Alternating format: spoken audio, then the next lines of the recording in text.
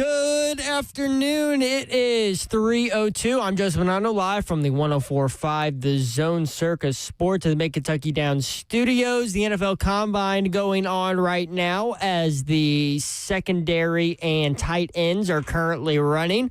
Vols cornerback Colton Hood, who just finished his 40, ran a 4.44. So, keep an eye on some of those guys throughout the show. NFL teams were informed today that the season salary cap will be up to $301.2 million per team. That's $22 million higher than last year. Number 20 Tennessee baseball back in action this weekend as they head down to Arlington for the AMG Bank College Baseball Series. Tonight they face off against number 1 UCLA. That first pitch is right now. And this weekend in college hoops, Kentucky hosting number 25 Vandy at 1 o'clock at Rupp Arena. Number 22 Tennessee hosting number 17 Bama at the Food City Center. Tip-off for that one is at 5. They can be heard right here on The Zone with the Vol Network. Number 7 Florida hosting number 20 Arkansas in primetime at 7:30 on ESPN. For all your foundation repair, waterproofing needs, you need to visit USSTN.com. Breaking news at once on your home with the Titans and Bulls. This is 104.5 The Zone.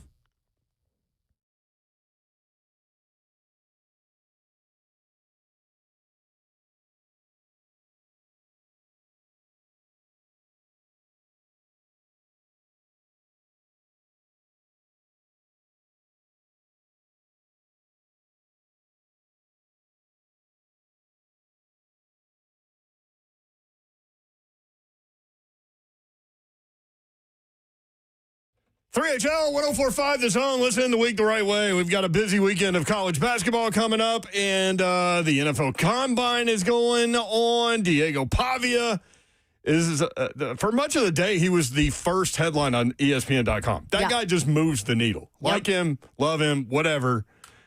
And he's not mature yet. Give him a break. That's right. He's got another year. The male brain is not, on average, the male brain is not fully matured until 25. I'm really testing that theory.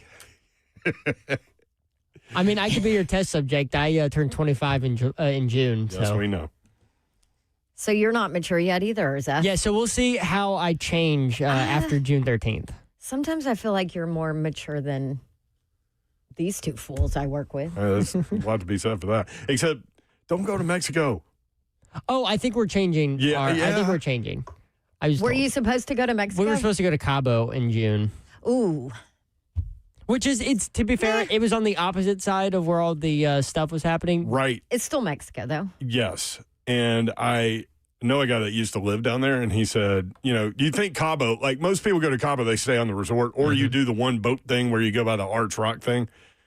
But he's like, it's shady as hell, honestly. It's Mexico, man.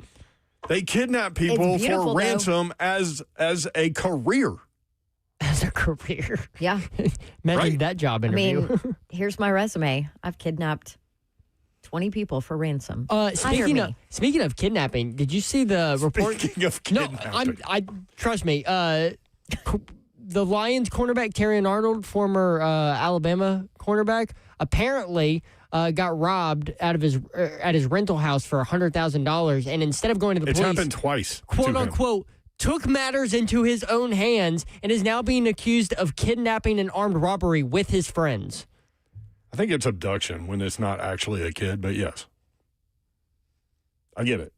Wait, so he went with his buddies. He knew who did it. Yeah, he went with his buddies. Allegedly, went with his buddies to take care of their own thing, kind of like OJ. Remember OJ? Juice went to jail for that in Vegas. He went to go get his collectibles or whatever. That's right. Yeah. That's what got OJ sent away. He went to handle his business. Well, he had things stolen from him, according to him. Wow. Yeah, so Terrion Arnold taking things into his own hands with his friends, allegedly. Okay, I was wondering. I saw that story and didn't read actually all of it. I just saw the headline. I mean, how many of us do that to all of the stories that come across our timeline? Dang. God, I mean, I guess you can't do that, but I don't blame him. You can't do that. I mean, yes. I guess that's illegal. I know you would want to. Hey, I know mean, who did I've kind it. of been like, That's the scene from that movie that we keep talking about with Ben Affleck, where he's like, we're going to hurt some people. We got to go do something. Oh, yeah, And we can never talk about it again. And his buddy's response was, whose car are we taking? Yeah. I mean, that's literally what that was. Yeah. That's incredible. I didn't See, it's anticipate very going hard that for me direction when yet. I'm like, you did something bad. That justifies me doing something bad to you. 2 wrongs don't make a right, Babs. I know. You sound like my mom. Meanwhile, Big Tom's like, yeah, here, let's go. What does Kirby with an eye? Her dad always says, "Listen twice, speak once." Yeah, this is what Mr. Bab says to his kids. You have 2 ears and 1 mouth for a reason. Need to listen more than you talk. I love it. We've got the NFL Combine. We've got college basketball. Big day of SEC basketball hoops as teams are slotting. Historic season for TSU. We need to talk about Belmont on a roll. Record-breaking player that we will discuss. And franchise tags going out in the NFL. All that coming up. We're also going to talk about the deal. I know you guys talked about this yesterday. Jermaine Johnson to the Titans for defensive tackle Tavondre Sweat. Can't go into official effect until the league year begins in March. So that is happening. But to get a take on Jermaine Johnson, we'll go to Rich Cimini, who covers the Jets for ESPN. That's coming up in about 10 minutes, so stay tuned there. Also, some interesting things for him to talk about that NFL fans would be interested in. Will the Jets tag running back Breece Hall, or will they be able to get a deal done? Also, who do the Jets take it to?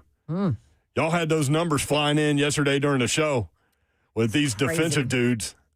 And, I mean, do they go that route? Because a lot of people thought maybe Caleb Downs because they had all of 0 interceptions last year. Mm-hmm. And a lot of people think that Caleb Downs and Jeremiah Love are the 2 best, most talented, probably most impactful career players in the league moving forward. This is a fascinating draft to me. And then I saw a guy today talking about Reuben Bain's going to be the guy to slide. So, but that one would not surprise me at all because of some of the stuff coming out, because of his measurements, because his measurements basically solidified how short his arms are, how short his wingspan is. I mean, he's in the lowest percentile ever in arm length among edge defenders and defensive linemen since 2010. The lowest percentile ever, like 1%. I mean, that is significant. And I know you watched the film and you're like, yeah, but look at him. He is a dog. But that alone is going to cause him to fall, right? Yep. Because potentially it makes it so much less of a sure thing. And if you're talking a top 5 pick outside a quarterback, you want a sure thing. You want something where there's no doubt, or at least very minimal doubt. You can watch the show live, YouTube, Facebook Live, Twitter, and Twitch. Twitch, please. There she is. A lot of chat going on in the chat. She's Babsy Davenport, y'all. Bum, bum. Let's go. Happy Friday, y'all. What you been up to today?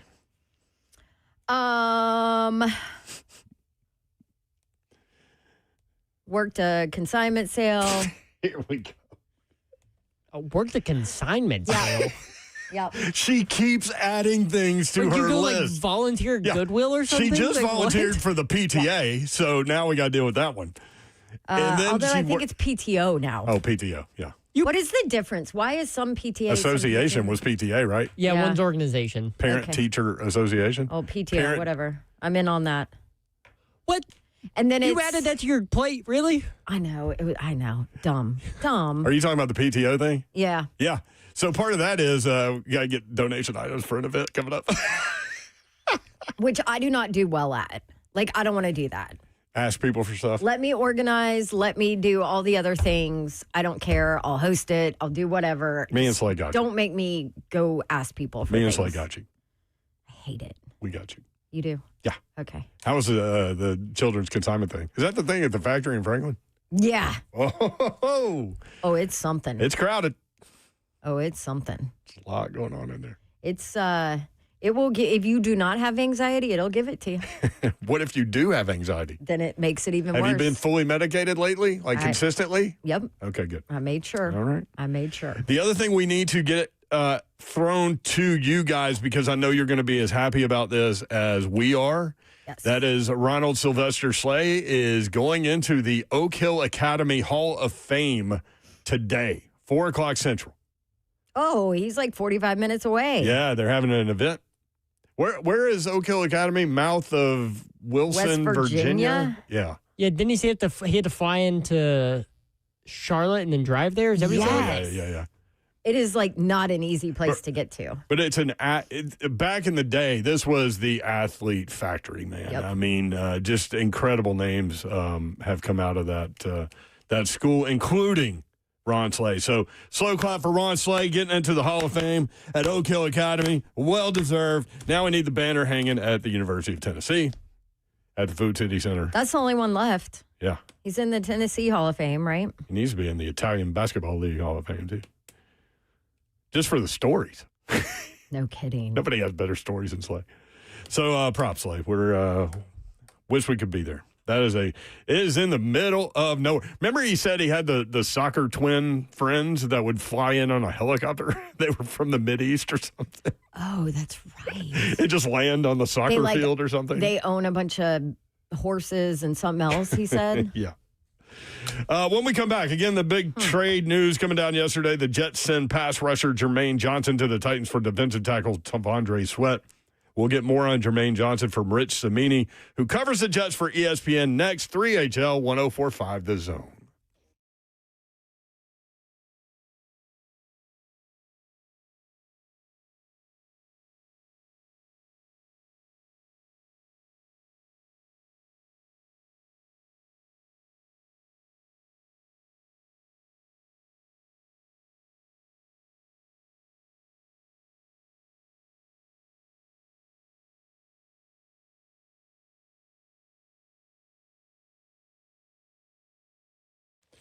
February, a great time to rethink what's working and what's not. eSpaces.com, that's where you need to go. If your office is not helping you stay focused or grow, maybe time for a change. It's time to check out eSpaces, see what they have to offer. Well, they do offer private offices, suites, and meeting rooms that are designed for professionals who want a better workday. Flexible terms, premium amenities, and locations across Middle Tennessee make it easy to love where you work again. Find your perfect workspace at eSpaces.com. Redefining co-working.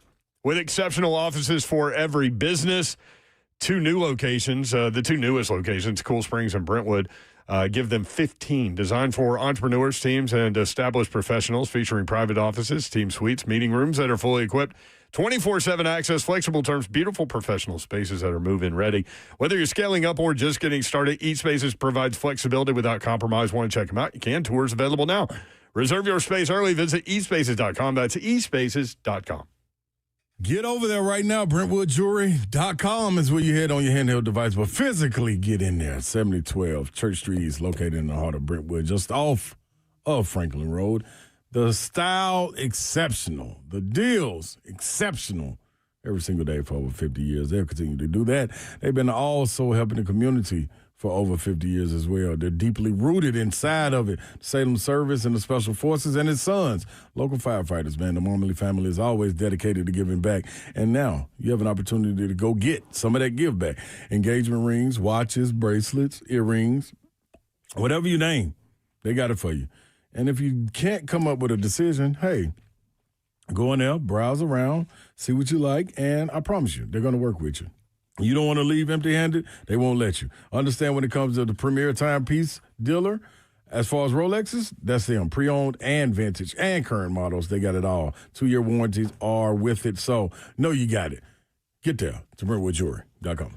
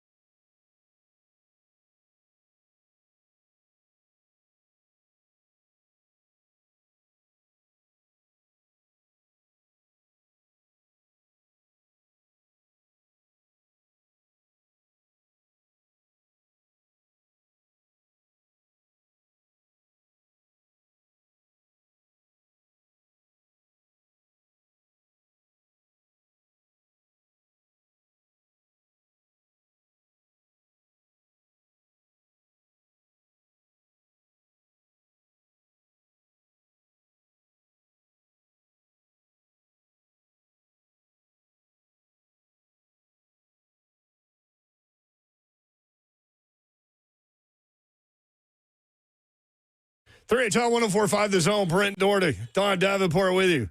Ron Slay is at Oak Hill Academy getting inducted into the Oak Hill Academy Hall of Fame. Congrats, Slay Dog. We will check you on Monday. Rich Cimini joins us now. Speaking of New York, covers the Jets for ESPN. And, it's funny, Rich, the Titans hire Robert Saleh, and then we have you on the show all the time. Yes. I have a feeling there might be some more Jet Titans transactions as we go forward. It's funny. A Saleh connection. Yeah, we were having He's a conversation. loyal guy, right? Yeah. Yeah. Yes. We were having a conversation on air a couple days ago, and one of our guys, Stoney, brought up, he said he was curious to see how Tavondre Sweat would fit in Robert Saleh's and Gus Bradley's defense. And then next thing you know, he's getting traded yesterday. How surprised were you that the Jets moved Jermaine Johnson and acquired Tavondre Sweat? Player for player is kind of weird. Yeah, you don't see that often. Yeah. Not really that surprised. I mean, Jermaine was a guy the Jets were shopping at the trade deadline last November, early November. They had a third-round pick on the table from San Francisco. They wanted a 2, and so they never made that trade. And you just knew that going into the last year of Jermaine's contract, him being from the previous regime, that there was a chance that he would get traded. So not surprised at all, especially since the Jets are switching to a 3-4 defense. Yeah. And not surprised at all that Sweat got traded by Saleh, because if there's one thing I know about Saleh and his defensive linemen, he doesn't like big guys. He likes smaller, faster defensive linemen. And so I know what he said at the Combine the other day. Those were just sort of obligatory comments about Sweat. He was never a fit in that defense. And so I really think it's a good trade for both teams. So what are the Titans specifically getting in Jermaine Johnson? I know he tore his Achilles right in 2024 early in the season against the Titans, as a matter of fact. Against the Titans. Yeah. Exactly. How did he look last year? I know what the stats are. Not good last year. I mean, I don't know how much of it was due to the Achilles. He had only 3 sacks. He had only a handful of quarterback pressures. He was not the same guy you saw the year before when he had 7 or 7.5 sacks, and he made the Pro Bowl as an alternate. You expected him to take that step, and then the Achilles happened, and he lost pretty much all of that year. And last year, the burst wasn't there off the corner, and the scheme was a little different. It wasn't like the Saleh scheme, so he was just getting maybe more double teams. And I think mostly it was the Achilles. They always say it takes about a year before you feel right after the Achilles. And he did have an ankle injury last year, too.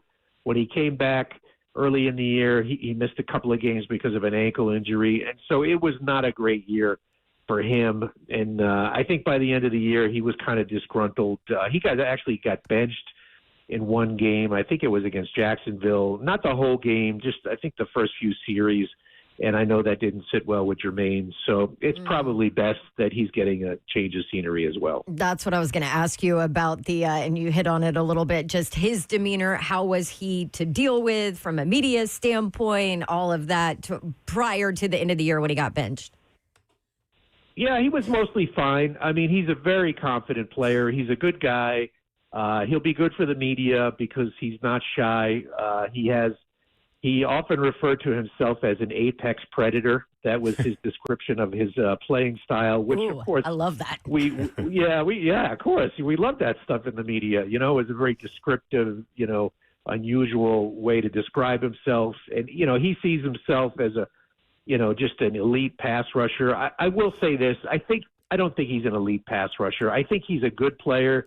I think you can expect somewhere like in the 6 to 9 sack a year range for him. That's what he is. He's not a speed rusher. I think there might be a misconception about him. Yeah. He's a two-way defensive end. He plays the run pretty well. In fact, that's probably his strong suit, is playing the run.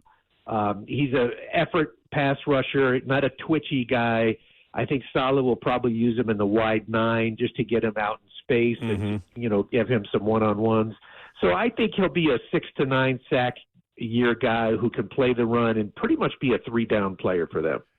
Yeah, I don't think it changes what the Titans do draft-wise, right? Like, I mean, this is a they need so many pieces. This is a piece to kind of change, into what that system is going to look like moving forward. I think maybe the key is kind of what you alluded to move Sweat, right?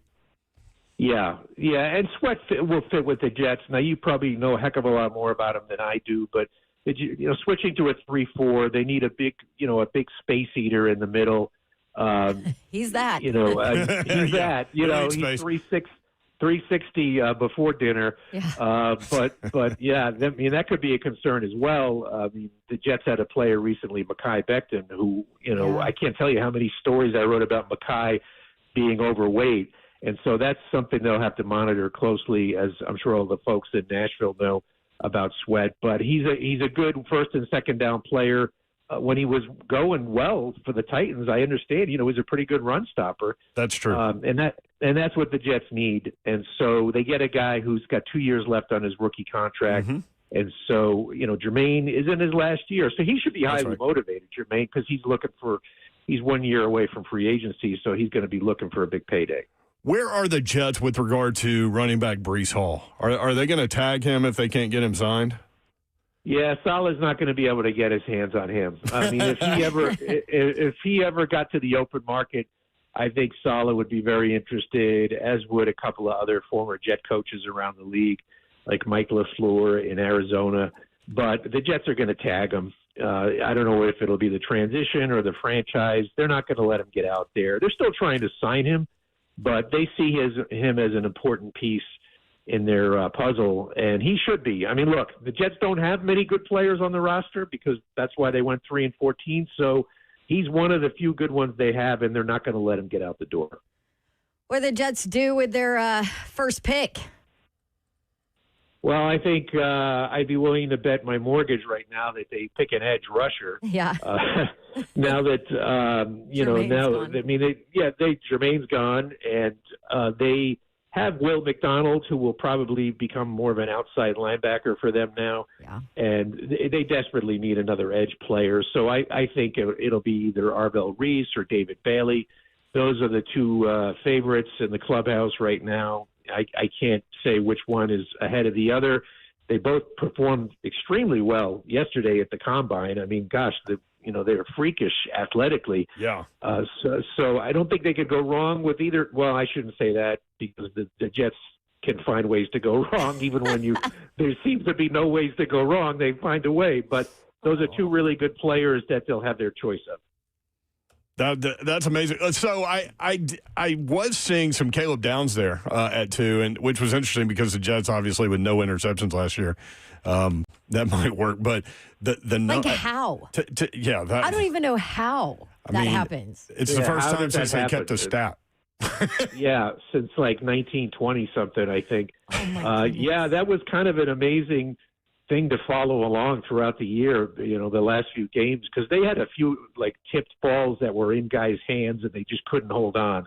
Yeah. And so I think the entire stadium knew, you could just feel like the little tension in the air, like, is this going to end the streak? And then, of course, the guy drops the interception.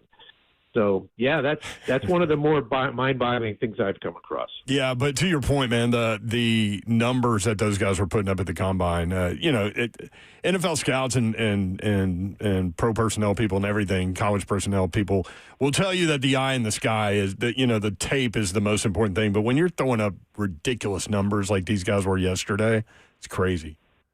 Yeah, I mean, Caleb Downs, Mel Kiper had him in his latest mock going to the Jets at 2. That was before this trade happened. Yeah. I mean, he'd be great for the Jets. I mean, they totally need a player like Caleb Downs, but I mean, picking a safety at 2 when you have some other needs in the front 7. And so I'd be kind of surprised, unless they traded down. I mean, look, that's a possibility. I don't know who would trade up, but if they move down a few spots, I could certainly see Caleb Downs. But I think the Jets will go edge with that spot at number 2. Thank you, Rich. Appreciate you, man. Great to get some background on Jermaine Johnson. Appreciate that. All right, anytime. Have a great weekend. Thank you, Rich Cimini, at Rich Cimini on X for you there. What do you think about this deal? I know you guys talked about it yesterday, but I'm just curious to maybe have a little conversation. Well, first, I'm stuck on imagine what it would be like to cover the Jets for the last couple of decades, like Rich has. I mean, that's crazy. There's always something. There's always something with that franchise. And nothing at the same time. Yes. In terms of success. Like, you think the Titans have had 2 bad seasons, which they have, but go look at the Jets. So in the chat, Katie Shell, why would we want Jets players if they are a bad team?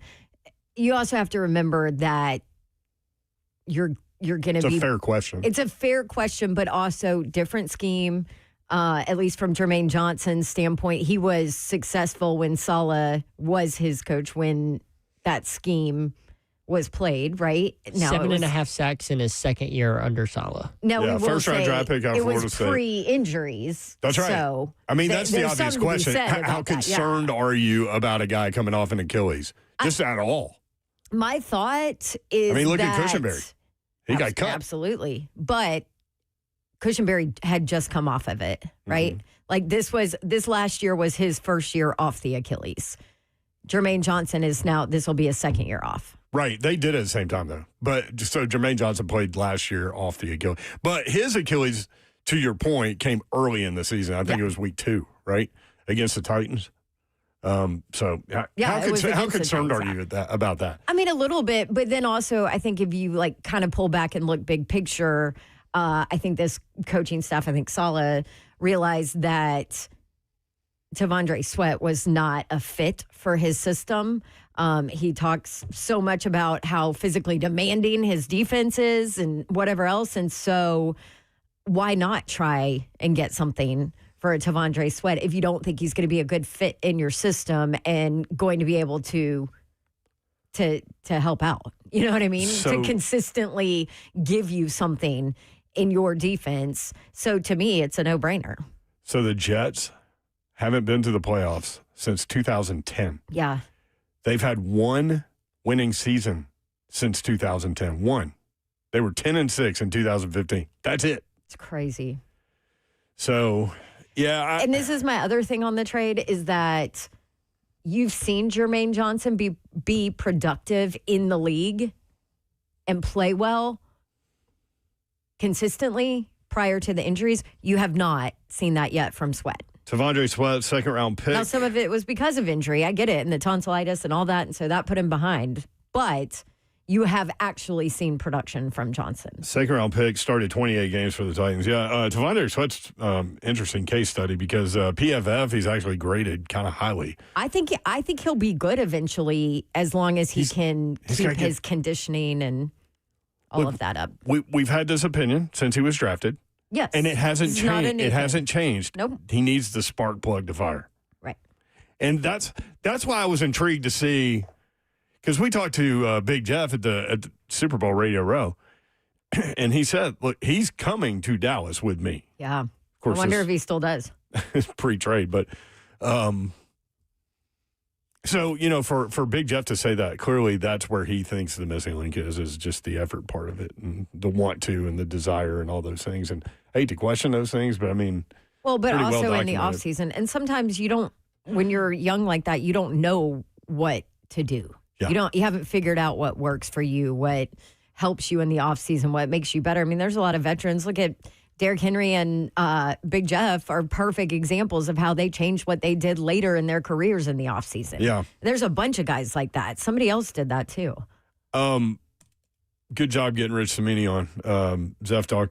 I thought that was one of the more interesting things he said was that Robert Saleh doesn't like gigantic defensive linemen. Mm-hmm. So I think that was an interesting point to be made there. Jets and Titans, of course, made that player-for-player trade yesterday. And that's a rare thing in the NFL for just straight up player for player. But Johnson, 14 games last year, 43 tackles, 3 sacks, 5 tackles for a loss, 6 quarterback hits, and 2 passes defense. Sweat, 12 games, 34 tackles, 7 tackles for a loss, 9 quarterback hits.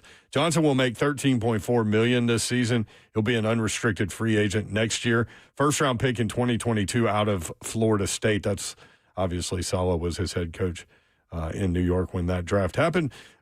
Suffered a season-ending Achilles injury in 2024 against the Titans. He was chasing – it was a non-contact injury chasing Will Levis. Will Levis strikes again. Damn. Speaking of Will Levis, you missed one of the funniest things I think I've ever heard from a caller yesterday. Oh, gosh. Zap. So Did you save it? I did pull it. Oh, my gosh. So can I hear it? Yeah. Without you saying anything? Yeah. So we were taking calls, and you know Sue Ann who calls in. Yeah. Yeah. Like she the sweetest and so proper and manners and just sweet. just right? she had some interesting things to say. Wrap up this segment of calls with Sue Ann in Nashville. Hey, Sue Ann. Hey, Dawn. Thank you guys for taking my call. Okay, I was going to start with something else, but I'm going to start here because it's throat punch measurement. Yes, I like that. I like loves that. Y'all that. are going to, no. I mean, I'm just going to say it because nobody else will say it. Will Levis, does it get bigger than throat punch measurement than with what his sex tape Oh, my gosh. is? Okay. I'm just saying, Yeah. will a man who's going to put that out there in the universe be willing to be a backup quarterback to Cam Ward? I'm thinking, no. Thank you, Sue Ann. Sue Ann said, ain't it? Wow. Yeah. That went a different direction than I thought. And you guys even let me know that it was crazy. Oh, yeah. Not crazy, but crazy funny. Oh, no, it's crazy. It's like, do you remember when Rosemary, my sweet receptionist of From like News 2? 60 years Yes. at News 2 called in and dropped the F-bomb? Yeah. It was a very similar feeling. Like, whoa. Rosemary. Like, Yeah. whoa. That was the bingo card submission Yeah. from yesterday. It That was was it. I mean, yeah. That's what you missed. Sue Ann dropping the. Well, and you're so good at like handling things that catch you off guard like that. Me and Slade, not so much. I might have kept her going a little bit. Yeah. No, it's probably a good thing that you weren't here.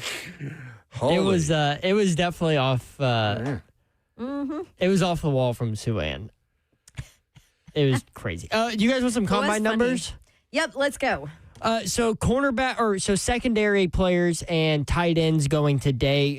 Cornerbacks actually just got finished doing a lot of their testing drills.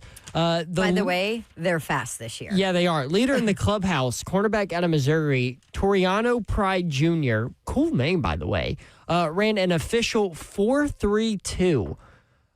Wow.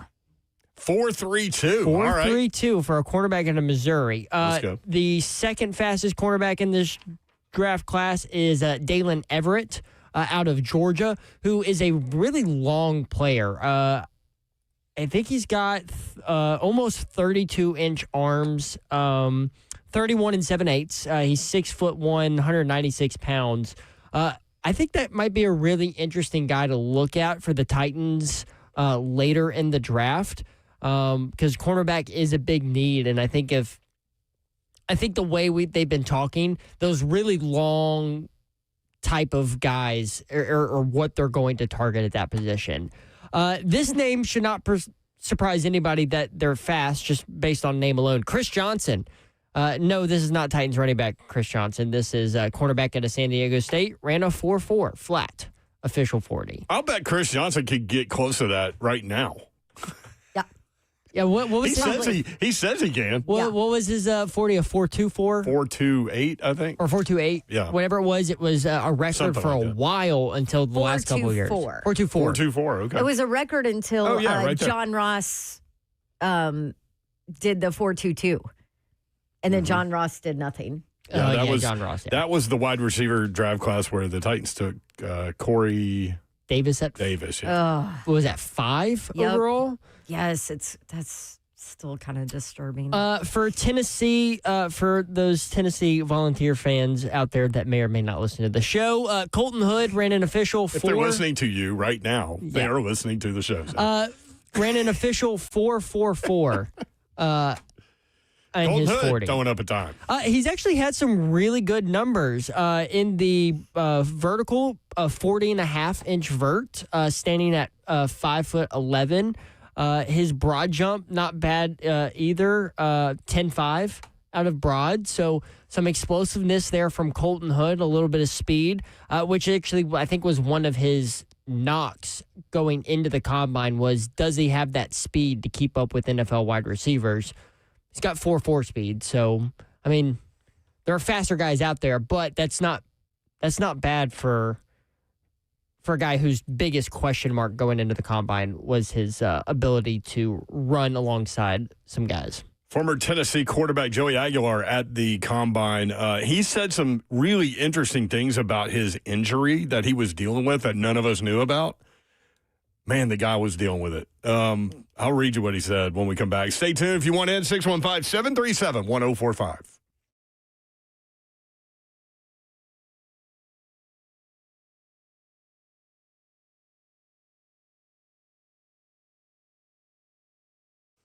Go up to Dodge Chrysler Jeep Ram. That's where you need to go to get that next new vehicle, whether you're looking for a car, truck, SUV, or Jeep, new or pre-owned.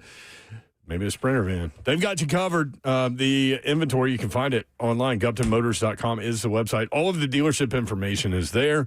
Every bit of information that you need to get in touch with them and find them and all those things right there. The inventory, as I mentioned. The deals they have going on in the month of February, right there. GuptonMotors.com is the website. Gupton Dodge Chrysler Jeep Ram, 3450 Tom Austin Highway, about 30 minutes from downtown Nashville. Just head on up there. Let those guys know, Daniel Gupton and his crew, let them know what you're looking for.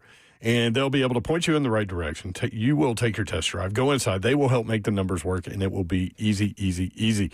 3450 Tom Austin Highway, Springfield, Tennessee, about 30 minutes from downtown Nashville. I believe it'll be the best vehicle buying experience you will have ever had. Check them out online, GuptonMotors.com. That's Gupton Dodge Chrysler Jeep Ram.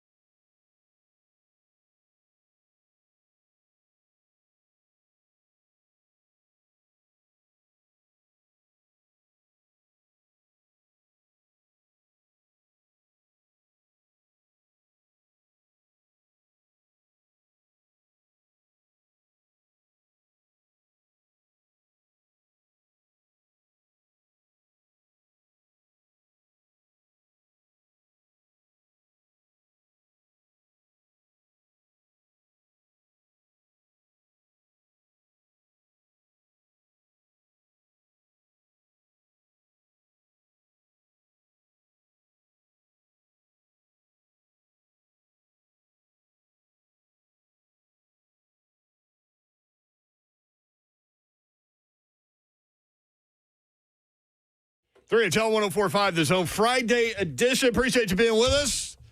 If you're new to the show, welcome. Give us like a month before you judge. We're a little bit different.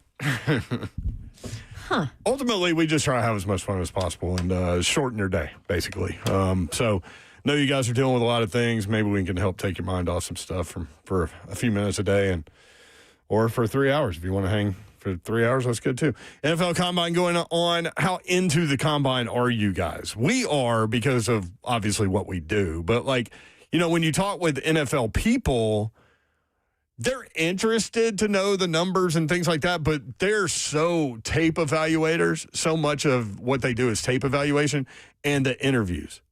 So I saw some people were saying, well, Saleh already left the Combine. I guess he doesn't really care about blah, blah, blah. And I'm like, well, he was there for the interviews. Yeah, that's what he was doing. That's the main thing, is they get in on that. I mean, and there's a lot of guys that don't even work out. I mean, they get measurements or do some measurements, and that's it. Like, Bain's not doing anything till his pro day. Do you guys want the list of players the Titans have reportedly interviewed at the Combine? Yes, absolutely. So this is from various sources. And then we'll get to Aguilar and his injury situation at Tennessee. This is some from various sources. So Justin Mello, Teron Davenport, just a bunch of different sources. This is the list. Arvell Reese, linebacker. Yeah. Reuben Bain Jr., edge rusher. Yeah. David Bailey, edge rusher. Yes, those are the three. Brandon Cisse, cornerback. Okay. Brandon Cleveland, defensive lineman, who Stoney told me yesterday he is in love with. I heard him talking about him. This one I thought was interesting. Oregon tight end Kenyon Sadiq. Mm-hmm. Chris Hilton, wide receiver. Cornerback Will Lee III out of Texas A&M. Will Lee Bowling? Will Lee III. That's what Slay calls him. Yeah, he does. That's what I thought when I wrote his name down. Wide receiver, wide receiver out of Indiana, Omar Cooper Jr. Wide receiver out of USC, Mekhi Lemon. And Notre Dame running back, Jeremiah Love. You know, Rhett Bryant threw his name out on Wednesday. We had him on from Indianapolis at 4 o'clock. And Stoney Keeley was in studio, and he said, while Babs was having her birthday day of fun, I just kept getting pictures during the show. Shenanigans. But anyway, Rhett, so Stoney asked him, he said, okay, if it's not one of these three, like, who's a guy that you're interested in, you think they would be interested in, intrigues you, whatever. And Rhett said, I've been thinking about this week since coming up here. And he said the guy's Jeremiah Love. Mm-hmm. And Stoney agreed with him, and Stoney said something interesting. He goes, look, I think all these three defensive players that we're all talking about, Arvell Reese, David Bailey, Reuben Bain Jr., they all can be dominant impact players. They all could. But they all have something that you're like, okay, what about this guy? What about this about this guy? He goes, Jeremiah Love has no holes. And also apparently is great in an interview conversation setting. Oh, 3-down running back. He's on the field the entire time. What does he do for a young quarterback? Mm-hmm. So I'm intrigued by the love for Love. I'd be fine with it. So wow, there you go. Okay. So Matthew Berry at the NFL Combine actually had some interesting things to say about Jeremiah Love. We'll play that coming up at 4 o'clock because I really think that what he said adds to the discussion of what the Titans could do at 4. Love it. So guys like you rattled off a bunch of names that they interviewed.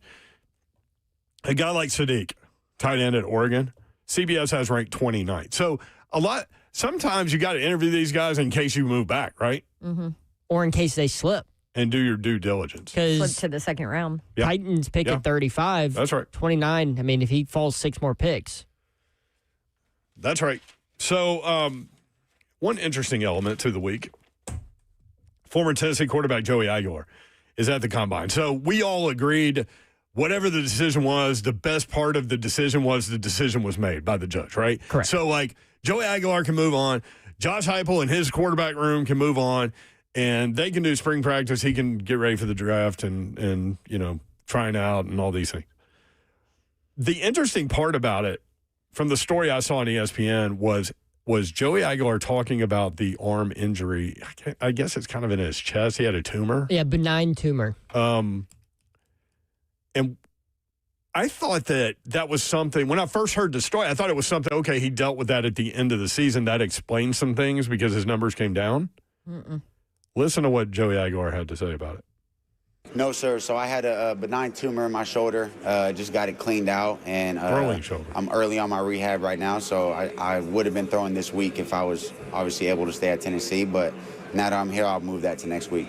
I found it early in the season. But you know, if you got one time to play at Tennessee, there's no backing down. So you know, I just played through it, put the team first, and carried on through the season. Jeez. Played through a tumor. One thing that I've heard from, so Chris Brazzell, the wide receiver out of Tennessee, spoke today. Colton Hood, Jermaine McCoy, they both spoke yesterday. And I know there have been a lot of questions about Josh Heupel from Tennessee fans. I mean, we've gotten phone calls calling for his job over and over again. But one thing that I've learned from listening to these players is that they love playing for him. Like, he puts an impact on these players on both sides of the ball. And Chris Brazzell spoke today. He actually got questioned about the Tennessee wide receiver in the NFL. Specifically, I think Jalen Hyatt is a name he brought up. He goes, you know, Josh Heupel completely changed the offense for us in 2025. And we knew that. But hearing him talk about it and say, like, yeah, he made it so that I grew and I was running more pro-style stuff as a wide receiver. Like, the way they were talking about being coached by Josh Heupel, it makes all those fire Heupel comments from what we heard at the beginning of the season throughout the college season seem like, what are we doing, guys? He also said, outside of that soundbite, he said, I would have bad aching. My arm would kind of thump like a heartbeat with a hot, burning type of feeling in my bicep. So throwing a lot, activating that bicep, activating that shoulder made it super hard to throw. Jeez. I love how I said, I had to play. You get an opportunity to play at Tennessee, I had to play through a tumor. So that tells you it gives you a little more background and detail into what Joey Aguilar was going through. Still threw for the third most passing yards in the season for a Tennessee quarterback. So props to that kid, man. Tough kid. Where do you think do you think he's a guy that's going to get drafted, or it's going to be after the draft? Oh, yeah. He'll have to find a camp somewhere. Pick up, yep. Another guy that we need to talk about, and we'll do it at 4:20, is Vandy quarterback Diego Pavia. He is going to throw for scouts tomorrow. CBS ranks Pavia as the 13th ranked quarterback and the 288th ranked player. They're 257 draft picks. So they have him outside of the draft. But some of the things he said today, today, got him on the top of the ESPN.com bullet point list thing. So somebody's going to draft him it. at the end of the draft. I think so too. And somebody's going to take a chance on him, and then see if you can do something else with him too besides quarterback.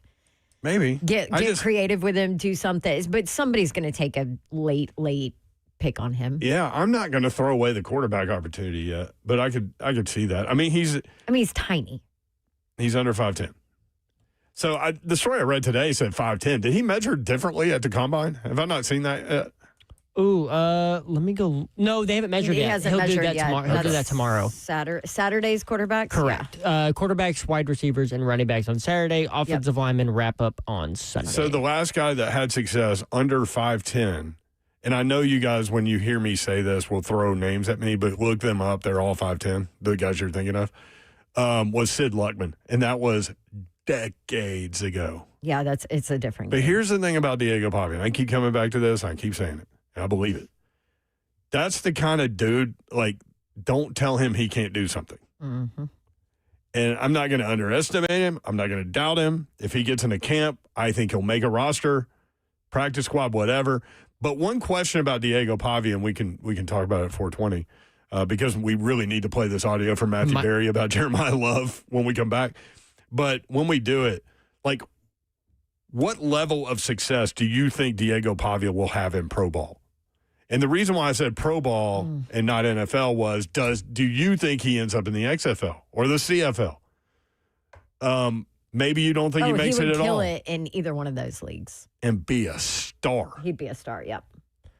We've got UFL? We've got Mike Detillier's thoughts on Diego Pavia. We'll play in that 420 segment because I think he had some interesting things to say about his outlook as an NFL football player, and I say football player for a reason. Yeah. I'm not dogging your thoughts there, Don. I'm not going to throw away the. I'm not going to throw away the. I felt you did kind of dog it. I definitely could see where you're coming from. I think the NFL's intrigued about him. I think he's intriguing. Yeah, I think there are a lot of people. I think people have told him no forever, and he has always proven them wrong. Yeah, his quotes today are interesting. We'll read them for you. But when we come back, Matthew Berry talks about Jeremiah Love and the Titans next. 3HO.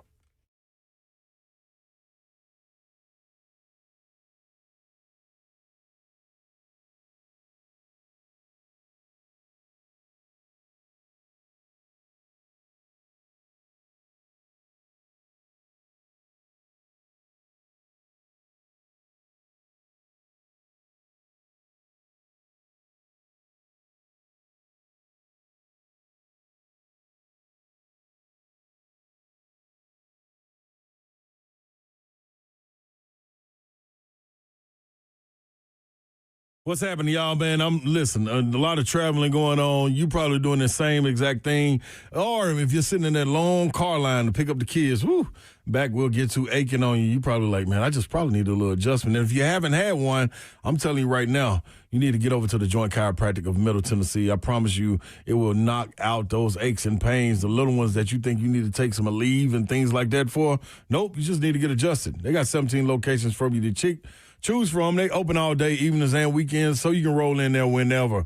And you don't have to worry about insurance, not at all. Walk-ins, no appointment needed. You're getting a consultation if you're a new patient and the exam and adjustment for just $29. And after that, adjustments as low as $18. Trust me, I went in there and did it. I came out feeling like I just got new tires, balanced and rotated, just like your car get the feeling. Your body does the same thing.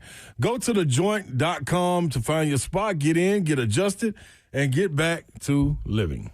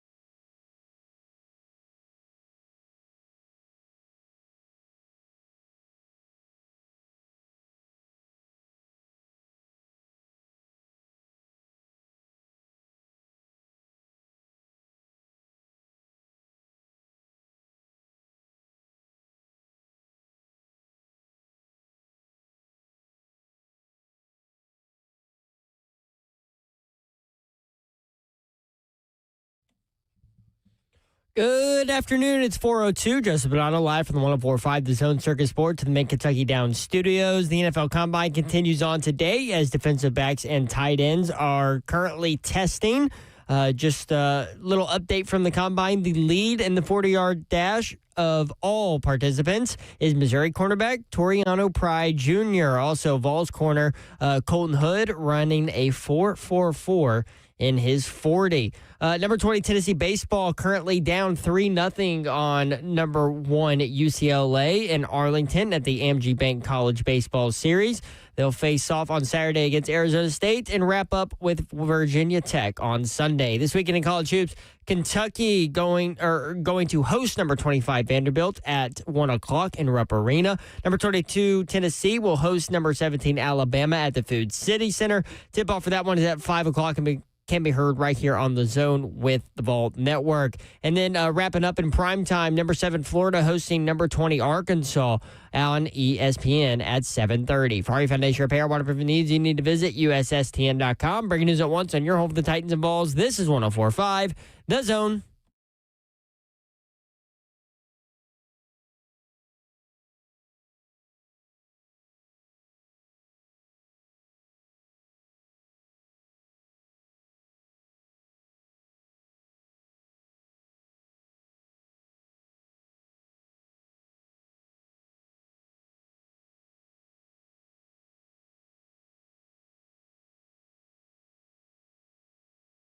Three HL 104.5 The Zone. Hope you're having a great Friday. Weekend is here. What? Tomorrow, 75?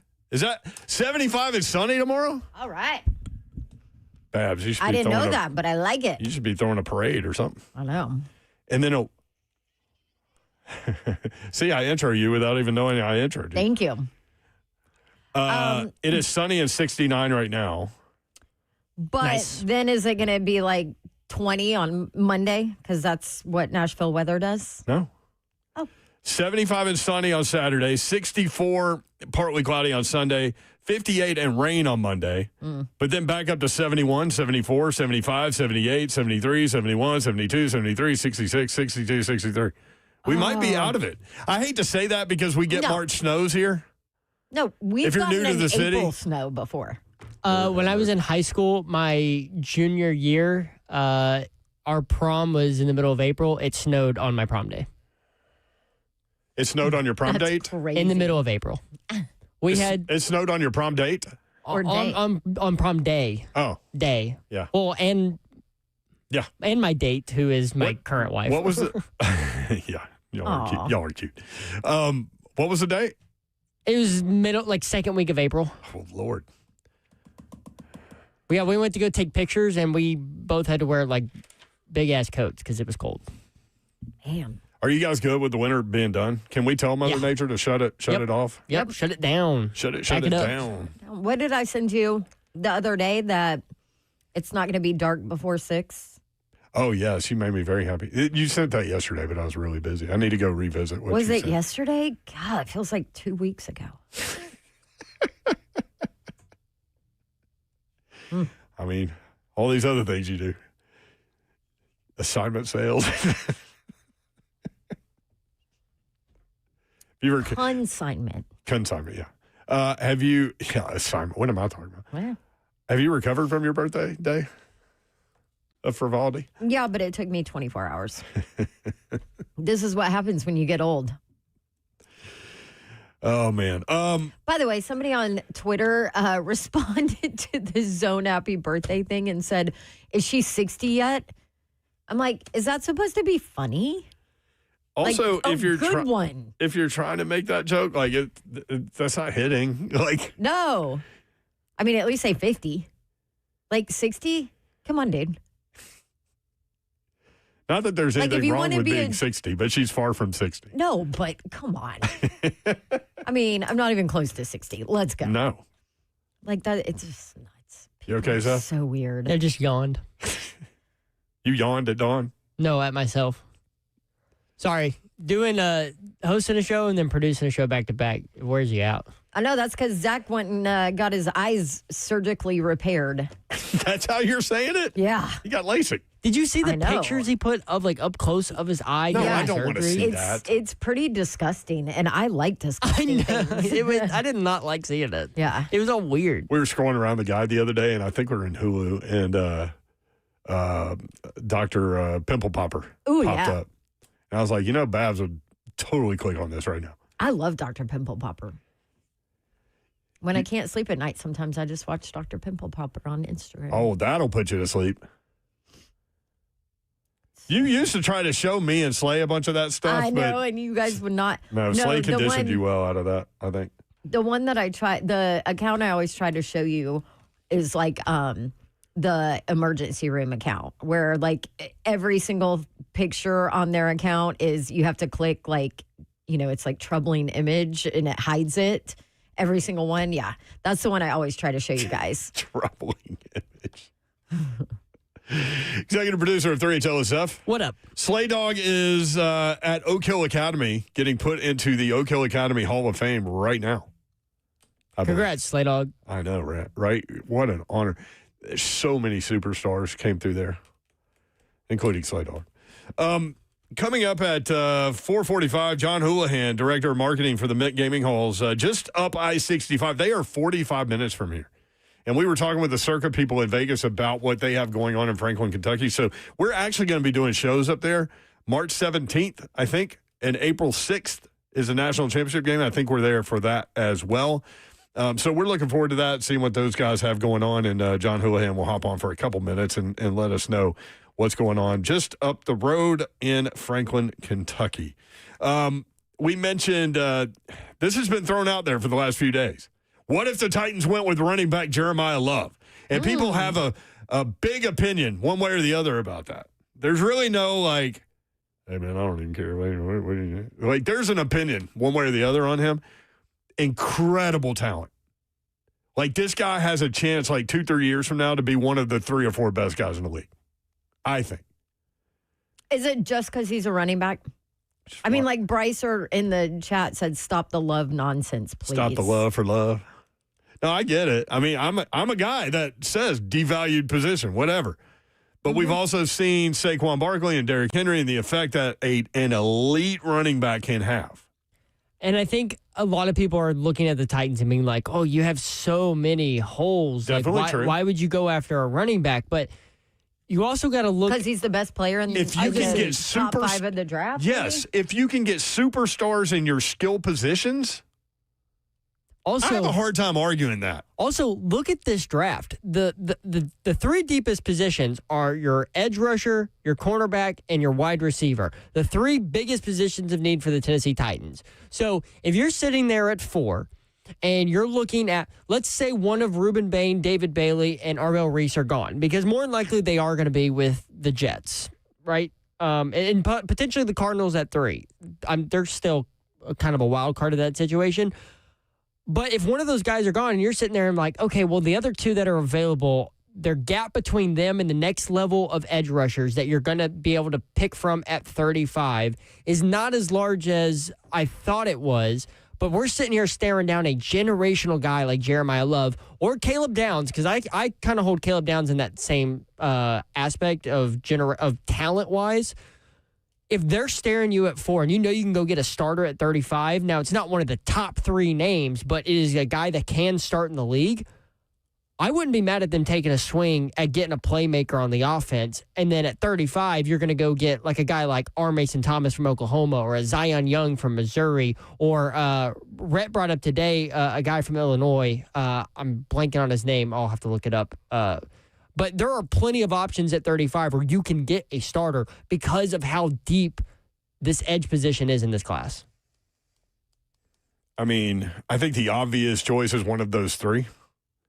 But if they walk away with Jeremiah Love, as a football fan, I'd be like very excited to see what that looks like. During the offseason, we'd go into training camp. I'd be like, man, I want to see what this QB and the 2 young players, second-year quarterback, first-year running back. If it works with both of those guys, then you're talking about 8 to 10 years, right? Mm-hmm. If it works. But at least you're addressing like some sort of excitement on offense. So we'll see. We'll see how it all plays out. And look, if you're anti-Love at 4, I get it. I understand all of the arguments about Especially running with back all of the other holes the Titans have. I get it. I get all of that. Yep. But like the fan in me would be excited to see what that looked like. What did Matthew Berry have to say about this? One of the elite guys in the business. Thoughts for Jeremiah Love that would be most fun for us in the world of fantasy football? Well, I mean, look, the Chiefs are the obvious one, right? It doesn't feel like Kareem Hunt or Isaiah Pacheco have that much left in the tank, and getting a guy like Love in an Andy Reid offense, that would be a lot of fun. I'll tell you this much, talking to some sources around here, around the Commanders, they say they need a thumper. Jeremiah Love would qualify. He qualifies at a lot of different things, but running back, a lead running back is a need for Jaden Daniels in that offense, so I could see the Commanders, and that would be a lot of fun in that offense there. David Blau taking over. It's going to look a lot like the Lions offense from the last couple of years under Blau. So you could see Jeremiah Love having a lot of fantasy value if he was in Washington. How about the Saints? You know, I know Alvin Kamara was there, but, you know, feels like Kellen Moore wants to think about the success he had in Philadelphia with Saquon Barkley, getting a young running back like Jeremiah Love. But I got a wild card for you. As great as all three of those would be fun for us in the world of fantasy, the rumor I heard last night, the Titans, that the Tennessee Titans think Jeremiah Love is the best player in the NFL draft. Now, again, that's a rumor. Doesn't mean I'm not they reporting it as news. I'm not a journalist. I'm just telling you, I think it's interesting. Could you imagine Jeremiah Love, a member of the new look Titans? I think a lot of teams think that Jeremiah Love is the best player in the draft. I think a lot of teams think Caleb Downs is the best player in the draft. That doesn't mean you go running back or safety that high. It doesn't. Like, so that they could literally think that and not take him. What about the possibility of the Titans trading back? It stinks because this is not a quarterback draft, right? We know there's number one, and he's going number one, and that's the end of the discussion there. But do you think there are suitors? I think they could. Do you think that they could? Mm-hmm.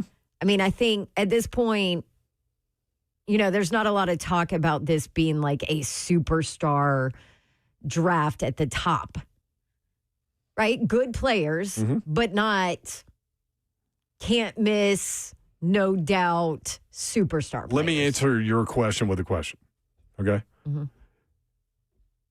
What if Mendoza goes 1, and then 2 of the 3, Arvell, Reese, Bain, Bailey, go 2 and 3. So there's one of those. The Jets and the Cards. Then there's one of those guys left, whether it's Arvell, Reese, David Bailey, or Reuben Bain Jr. And you have teams that have a desperate need at defensive line or edge or whatever it is, and they value that guy. That's how I think they could. Do you think that scenario could lead to at least a phone ringing and some discussion before that pick? Mm-hmm. That's not too far out there, is it? Yeah, just looking at the draft order behind Tennessee. So Giants at 5, Browns at 6, Commanders at 7, Saints they need at an 8, edge. Their defense was awful. and 9 at Chiefs. There's only a handful of teams where if you're going to trade back, that a guy like Jeremiah Love or Caleb Downs are still going to be available because you can't go down too far. Yeah. I mean, we were talking about the trade scenario. Yeah. I think there would be a trade scenario for them. I mean, the Chiefs need a running back, so you couldn't fall before. So Mendoza You couldn't fall behind 9. And he just That's right. Matthew Berry just mentioned the Saints at 8. So you really are looking at the Giants, the Browns, and the Commanders. Yeah, but I feel like the Saints need a bunch of other stuff. They need a wide receiver. They need edge. They need corner. They need offensive line. They need defensive line. They do. They're kind of in the same situation as the Titans. Right. But like running back is not, I would put all of those needs before running back for the Saints. But it's like nobody's talking about Fernando Mendoza because everybody just knows he's going number 1. Okay, so everybody's talking about those 3 players. And one of them will be there at 4. So could that lead to a trade discussion? Well, and so. then also, Could. I mean, there's a lot of talk about Sonny Styles now. Oh, my. I mean, why not? Y'all talked about it yesterday. Ohio State middle linebacker, in case you missed it, Sonny Styles put on a show at the Combine. His 43.5-inch vertical is the highest by an off-ball linebacker in 23 years. Hall of Fame wide receiver Calvin Johnson, his vert, 42.5. Think about that. He ran a 4.46 40, 11.2 broad jump. Arvell Reese ran a 4.46. So those 2 players on the same team is kind of ridiculous.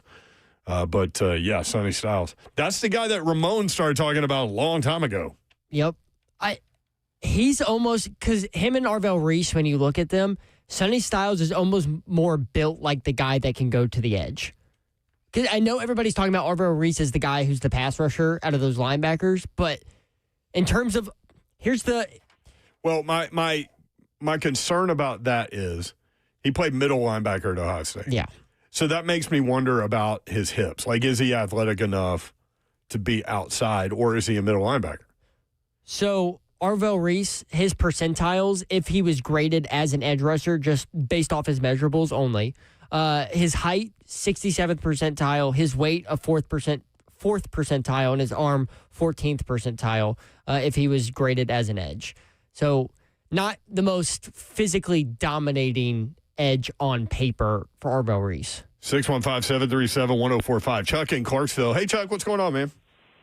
Hey, guys. I'm going to make my push for a player that I think will make our defense better, and that's Jeremiah Love.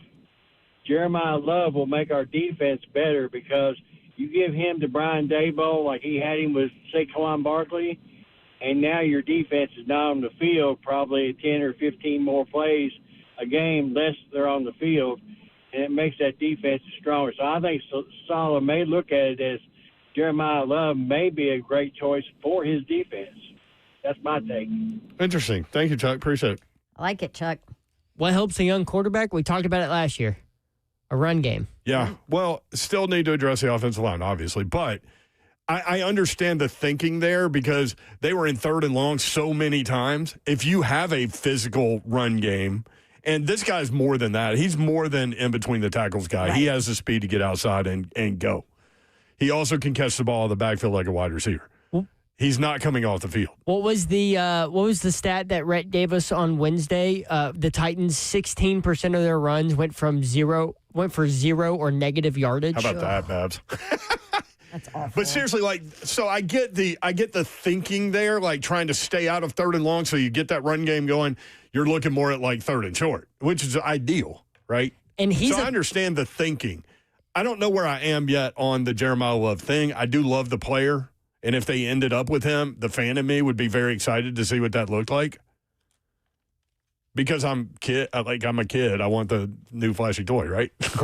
The other thing with him is he's a third 3-down back, so he can pass protect. Like he said today specifically, like they asked him at the podium, like, hey, what's one thing about your game that you think's better than everybody else? He goes, anybody that rushes me, you're not going to get through me. He's like, I will block anybody and I will have success. I mean, listen, he's not dumb. Yeah, he knows he's got. What is he going to say? Yeah. He's True. like, okay, what do you usually not have in a rookie? That. Let me go ahead and talk about how good I am at it. When we come back, Vanderbilt quarterback Diego Pavia will throw for scouts at the Combine tomorrow. This is part of what he had to say, and I'll read the rest when we come back, and then we'll have a discussion about it.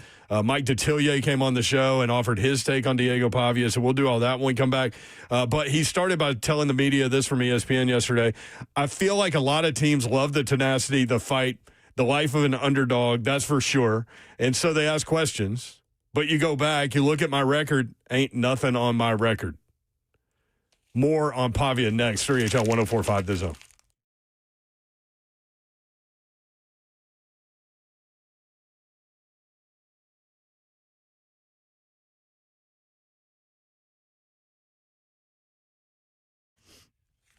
New windows, new doors. Pella Windows and Doors of Nashville. It's where you need to go. They're the absolute best. As a customer of Pella Windows and Doors of Nashville, I'd love to recommend them to you. Call them today. Check them out at PellaNashville.com.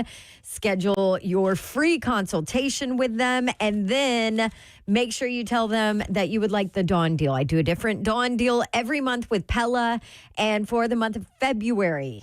All right, you only got, 2 days left. 2 days left for this Dawn deal. Buy 3, get 1 free on windows. Plus, you get no payments, no interest for 12 full months. So you have a full year to pay off your replacement windows and doors with Pella. You can either schedule a free consultation online. You can give them a call at 615-249-1910, or you can stop by one of their 2 showrooms. One is in Hendersonville, 256 East Main Street, and the other 277 Mallory Station Road in Franklin. That's Pella Windows and Doors of Nashville at PellaNashville.com.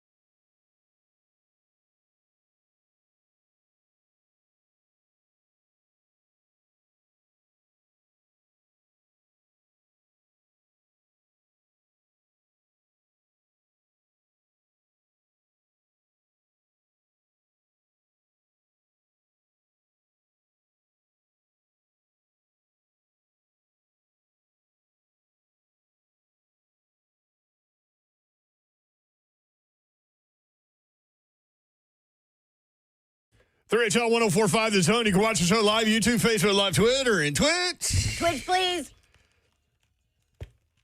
There she is. She's What's Babsy Davenport. Slay Dog Hall of Famer. Oak Hill Academy. Just look up the players that went through there. Pretty amazing. Did you say that there was someone in the chat that we need to acknowledge at one point? Yeah, Sue Ann's son. What do you say? I apologize for my mom, Sue Ann. Yep. He apologized for her comment on Will Levis and a certain video that may have gotten released a few years ago. And his size. That is hilarious. I can't believe her son. Oh my gosh. If my mom called in and said something like that, I'd be like, oh my gosh, I don't know her. I'm not claiming her. I love All her. I'm going to say is Sue Ann kind of gave herself up that she watched it. Yeah. If my mom called in and said that she watched that, I would be like, I wouldn't even comment. That guy's brave for commenting. I'm not going to lie. By the way, we're talking about a SEX tape. You can say sex on the air, Don. I know, but there's kids coming home from school right now. You don't think they could put 3 letters together? Okay, probably can. Probably everybody except for my kindergartner. Maybe first grade, right? We'll see. Anyway. Oak Hill Academy. Oak Hill Academy, notable alumni. In addition to Ron Slay, who's going into the Hall of Fame for this place today. Carmelo Anthony, Kevin Durant, Rajon Rondo, Jerry Stackhouse. Okay, Slay didn't say some of those names. He didn't say any of those No. names. He said other impressive names, but not that. When I asked him, I was like, who else is already in this hall? That's what I was asking about. Like, give me the he Kevin loves Durant. his guys. Give me He loves Brandon Jennings and Yeah, those are the guys Steve he gave. Blake. Yeah. He loves Steve Blake. said that. Yeah. Yeah, no, he didn't say Kevin Durant, which he should have, Slay. I mean, come on. Well, Slay. I had never heard the Kevin Durant part of this, so I don't know about that. But I do know this about Kevin Durant and your ridiculous Georgia fan, Casey, would love Obnoxious this information. is what I like to use. Obnoxious. Hi, Casey. Kevin Durant, had he been able to get into school, do you know where he was going to go? Georgia? Georgia. Meh.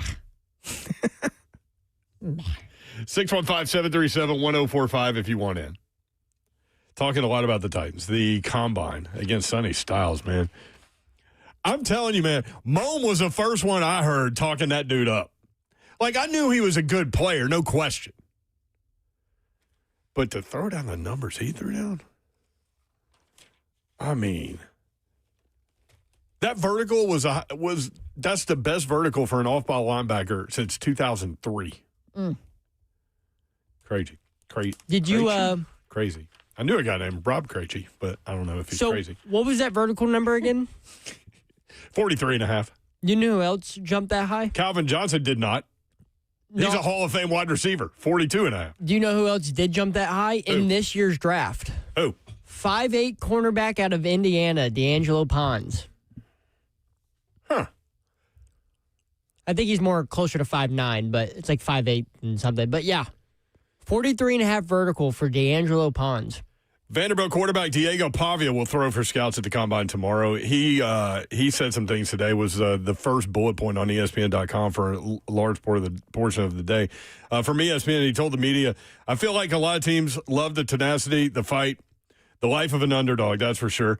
And so they ask questions. But you go back, you look at my record, ain't nothing on my record. He continued, I just want everyone to know what's true about me is I'm humble. And I get my confidence from my process. And if you saw how much I put into this, you would see where I get my confidence. He said, I would just say, turn on the tape. It's not like we're not playing these guys that are going first round, second round on Saturdays in the SEC. So the SEC and the Big Ten probably have the most guys getting drafted in the first, second round. So we're playing those guys, and ain't nothing going to change. I do have some pushback on that. When you go to the NFL, every person on the roster is an NFL player. Yep. When you play college football, that's not the case. I mean, we get into... Even in the SEC. Yeah. I mean, it's not like... It's not like, I don't know, Georgia's going to have 72 players drafted this year. No. Or whatever it is. So, anyway, what level of success do you think Diego Pavia will have in pro ball? Do you think he gets drafted? Do you think he goes undrafted and then makes a team out of training camp? Do you think he doesn't make it in the NFL? Do you think he goes to the CFL?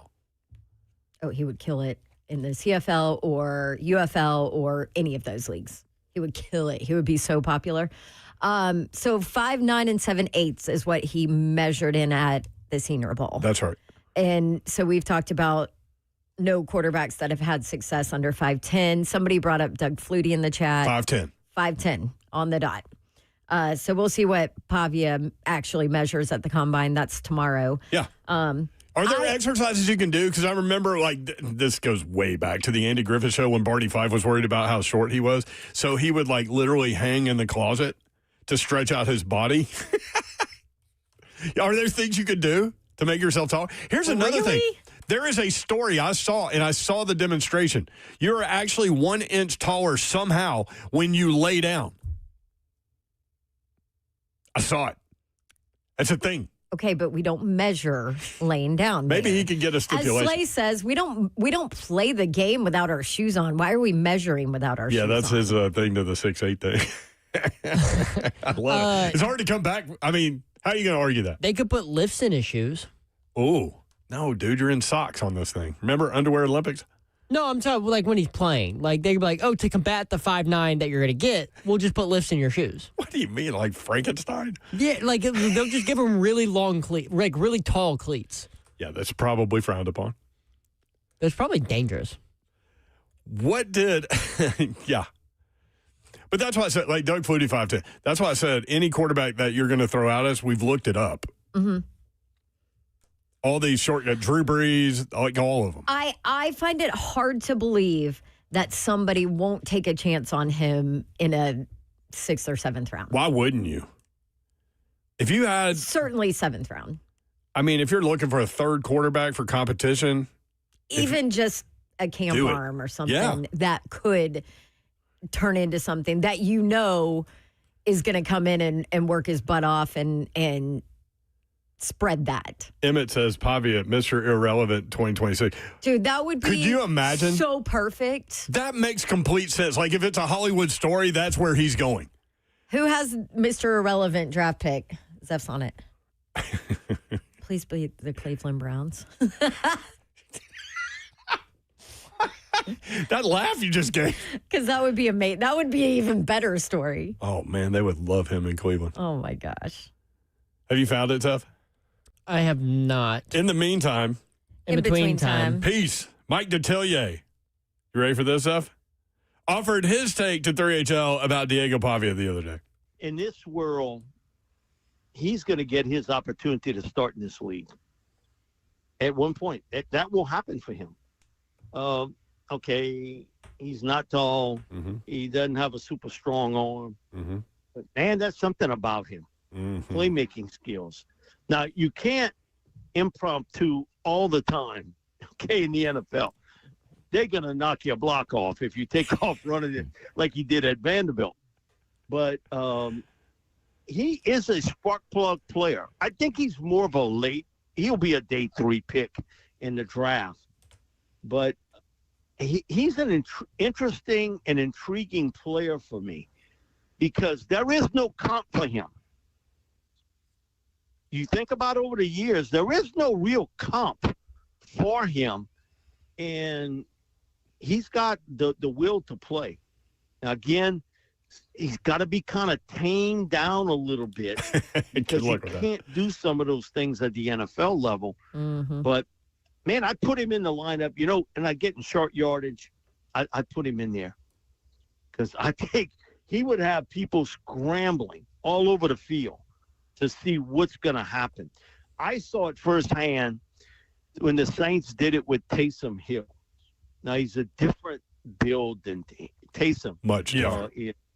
But he's big. Drew would come out of the lineup, and he would laugh. Man, if people knew about Taysom, they wouldn't even ask me about why I'm coming out of the lineup.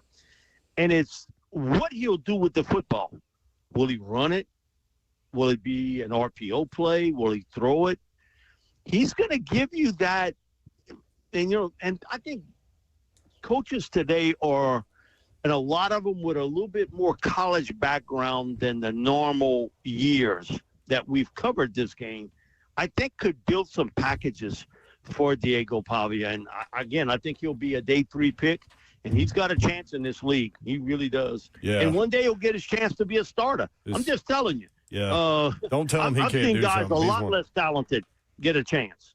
Well, that's an interesting point. Plus, Well- I love to tell you his voice, but anyway. Can I also point this out? I mean, the talk on him at the Senior Bowl was his skill set, was his arm, was his ability to make throws, to look great in the drills from an arm standpoint. He did. I mean, it's Stoney went, and he sat right here on 3HL and said, I think it's time to have a discussion about Diego Pavia. And look, whether he gets drafted or not, I really believe this guy will get into somebody's camp. He'll get on the practice squad.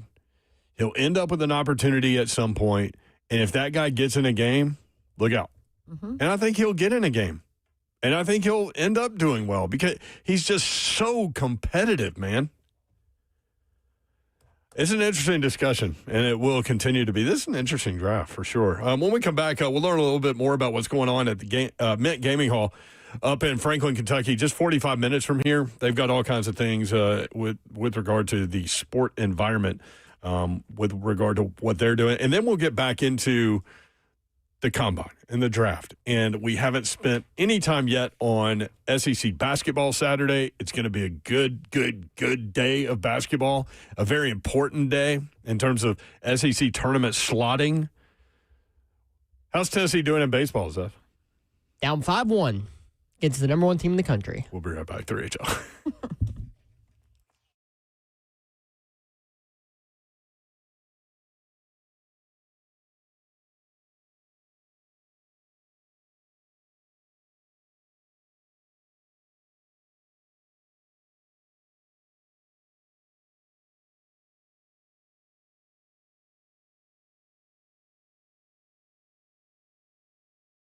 What's happening, y'all? You need to head on over and get that relaxation. Go get your spa day taken care of. Anything, whether it's massage, manicure, pedicure, skincare, hair salon, sunless tanning, all of these things. Oh, hey, I do see some down here for waxing, also known as a slayscape. But, hey, that's just for the fellas. The women in your life will have a unique and thoughtful gift for you if that's what you need. Always in style, always fits, always appreciated. You can choose your budget, and whether you spend a little or go lavish, you can choose from 10 different services that I just named. Gift cards are available. They can be printed directly from the website, or they can be beautifully wrapped for a stunning presentation, and even paired with other gifts, like they got in their robes, candles that smell terrific. And if you're indecisive, they can help you out. They got professional advice for you just to help you make that choice. Gift cards are available. All you got to do is go to amomentspeace.com and make sure you tap in and understand exactly what you want. If you don't, let them talk you through it. Go to amomentspeace.com.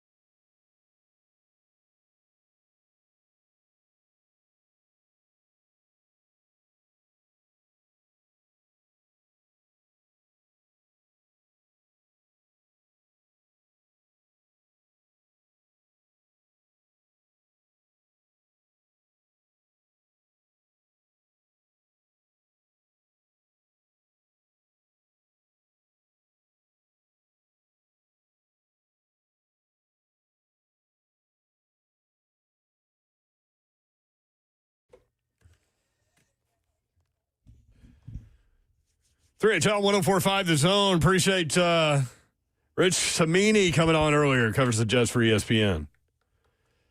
They're not letting running back Breece Hall get away. If they don't get a deal done, they're going to franchise tag him or transition tag him, and then they will continue to work on a deal they have until July 15th. And they are probably going edge at 2. That's what he said. I asked him, I said, I know what the stats are, Jermaine Johnson last year. And I've seen him listed everything from linebacker to pass rusher to defensive lineman. Like, I've seen him listed as all of those things. But just looking at, as I know what the numbers are, but based on eyeball tests last year, he said he did not do well. Now, coming off an Achilles in 2024. Same as Cushenberry, which we saw that experiment last year and wasn't great either. So we'll see. Stoney Keeley was in here on Wednesday, and he said, I wonder how Tavondre Sweat fits in this scheme of defense. And then, sure enough, boom. Man, what a fun time of year. March Madness going on. Yeah. Lots of things to discuss. John Houlihan, Director of Marketing for the Mint Gaming Hall, just up I-65. 45 minutes from downtown Nashville. John, what's up? How are you? Hey, glad to be on. I heard that music coming back in, Fly Like an Eagle. Is that for the eagle on this show? I was wondering. Yeah. I love it. War Eagle. People need to, number one, thanks for all of the tchotchkes that you threw at us. Dawn loves pins and the... I'm using one right now. I'm using a gold Mint Gaming Hall writing utensil.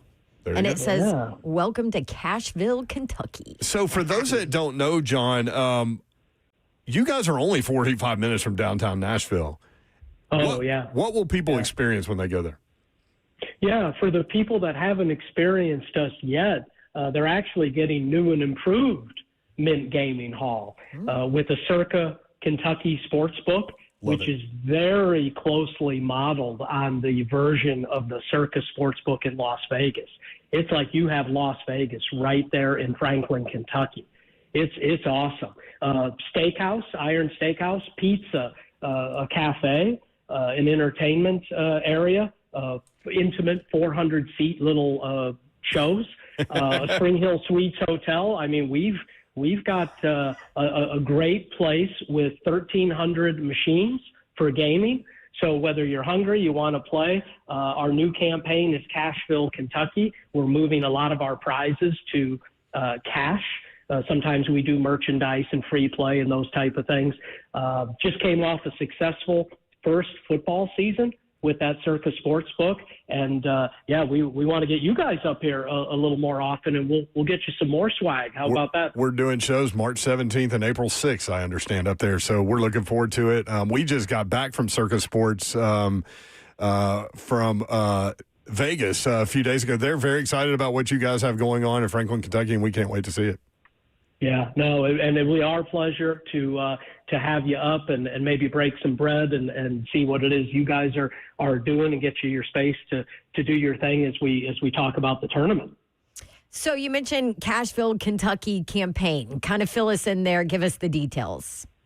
Yeah, it's fun. It's a state of mind. It's creating some excitement. Not that we didn't have it before, but really getting into character. In the next week, people will start to see it in our advertising. We're going to have a character named Johnny Jackpots on TV, but also at our different properties. So, we're over in the eastern part of the state, over there in Williamsburg, Corbin, and then also right up north of Franklin, another 20 minutes up to Bowling Green. So we'll have the Johnny Jackpot character, fun with the drawings, new food specials, just things that are going to be different. Like, there's a lot of people that do great hamburgers. So we're going to add a little pesto to one of our burgers. Just do something different with a fried pickle and your fries and your Pepsi and all that. But just some flavor. Change up the Cashville style pizza. And get the pizza made in different shapes and the toppings in some different shapes with the dollars and the cash and just having fun with it. So there's food. Like I said, the contests will be great. We have drawings tonight and tomorrow to kick off Cashville. And then on Saturdays in March is the official welcome to Cashville, Kentucky. So it's win cash. There's other great prizes. It's like I said, it's a feeling. We've got our team members amped up for it. So it's great service, great food, a good gamble if that's what you want to do, and then lots of comfortable places to watch sports. John Houlihan, Director of Marketing for the Mint Gaming Halls, just up by 65, Franklin, Kentucky, Babs 1,300 machines. John. I was going to say, we got slot machines, right? We got some penny slots. Yeah, we use gaming machine. They're just a little bit different than those slot machines you see in Vegas. Mm-hmm. They're called historic horse racing games. Okay. So it's on just a little bit different on the terminology there, but they're all those games that go from pennies all the way up to $5, $10, $25. People can play at different levels, but I'd say a lot of our games are in there at that penny, 2 cents, 5 cents, 10 cents denominations. That's my jam right there. Yeah, and just so you know, Babs walked out last pull at Circa in Vegas. How much she walk out with? $1,000. $1,000.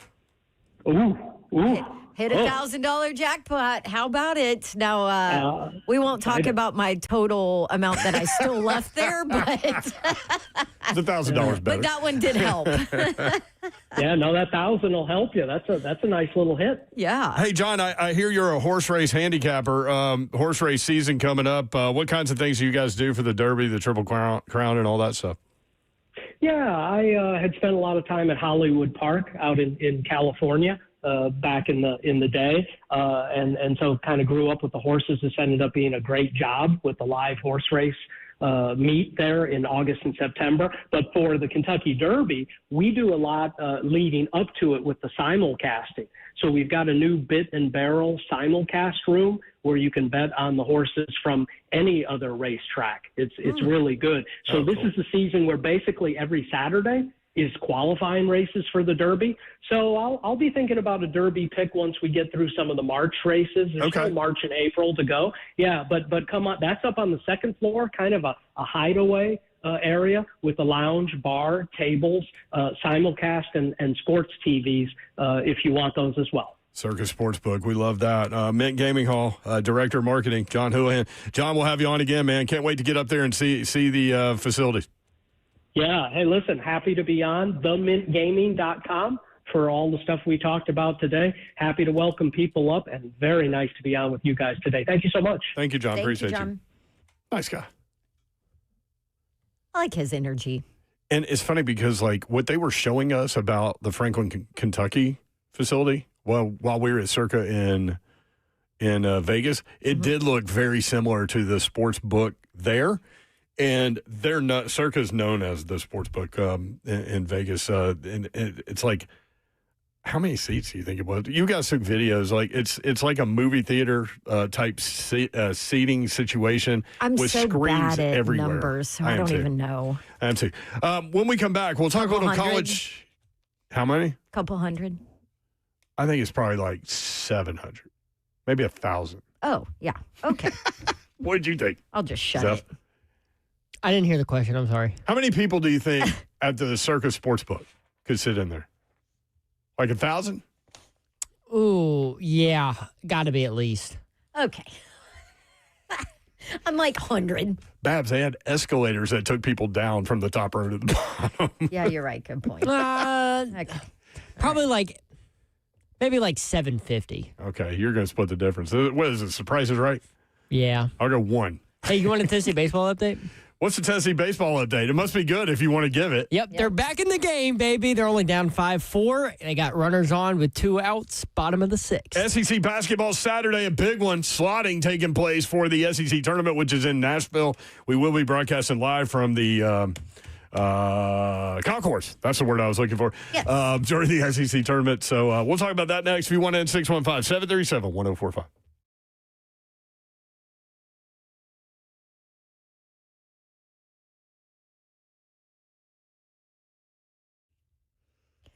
It's Truck Month at Two Rivers Ford. This is when I bought my Ford F-150 2 years ago during Truck Month. And you know why? Because Truck Month means 0 money down, 0% financing, and 0 payments for 90 days. So it's a great time if you're in the market for a new or used truck.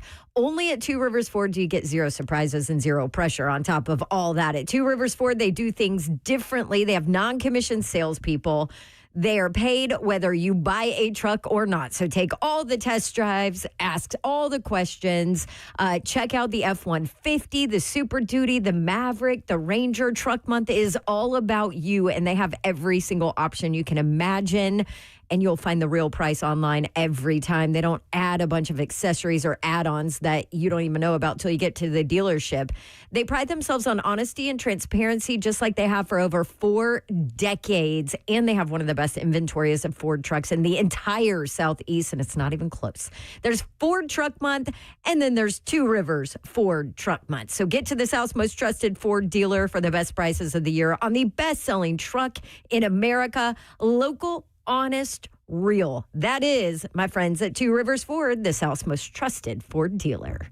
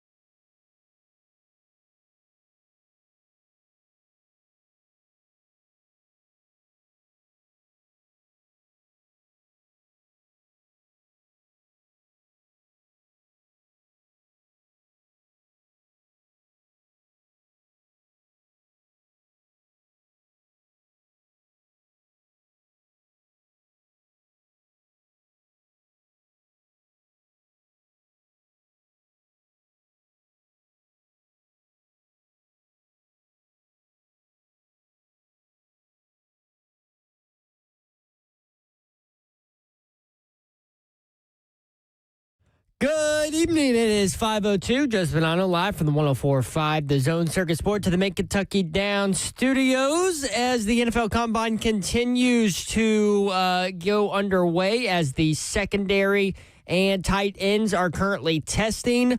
We do have a new leader in the clubhouse for the 40-yard dash as of now, as Ohio State safety Lorenzo Styles Jr. runs an unofficial 4.28. That currently leads all players at the 2026 Combine. Tennessee cornerback Colton Hood ran a official 4.44. Also had some really good other testing in some other areas today. Number 20, Tennessee baseball currently facing off against number 1 UCLA down in Arlington, Texas. Vols trail 6-4 in the 6th inning. This weekend in college hoops, Kentucky hosting number 25 Vanderbilt at 1 o'clock at Rep Arena. Number 22 Tennessee hosting number 17 Alabama at the Food City Center. Tip off for that one at 5 and can be heard right here on the Zone with the Vol Network call of the game. And number 7 Florida hosting number 20 Arkansas at 7:30 on ESPN. For your foundation repair, whatever needs you need to visit USSTN.com. Breaking news at once on your home for the Titans and Balls. This is 104.5 The Zone.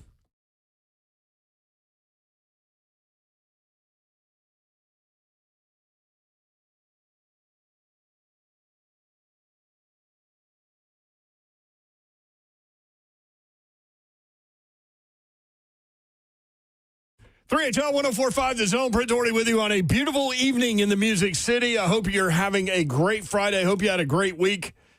Weekend is here, y'all. 75 and sunny tomorrow. Dude, that's like pool weather. It may, in fact, be pool weather. Yes. Except those pools are going to be really cold, and I wouldn't recommend jumping in them. Unless they are heated. Well, that's true. But not everybody can have a heated pool like one Don Davenport. Oh, hers ain't heated.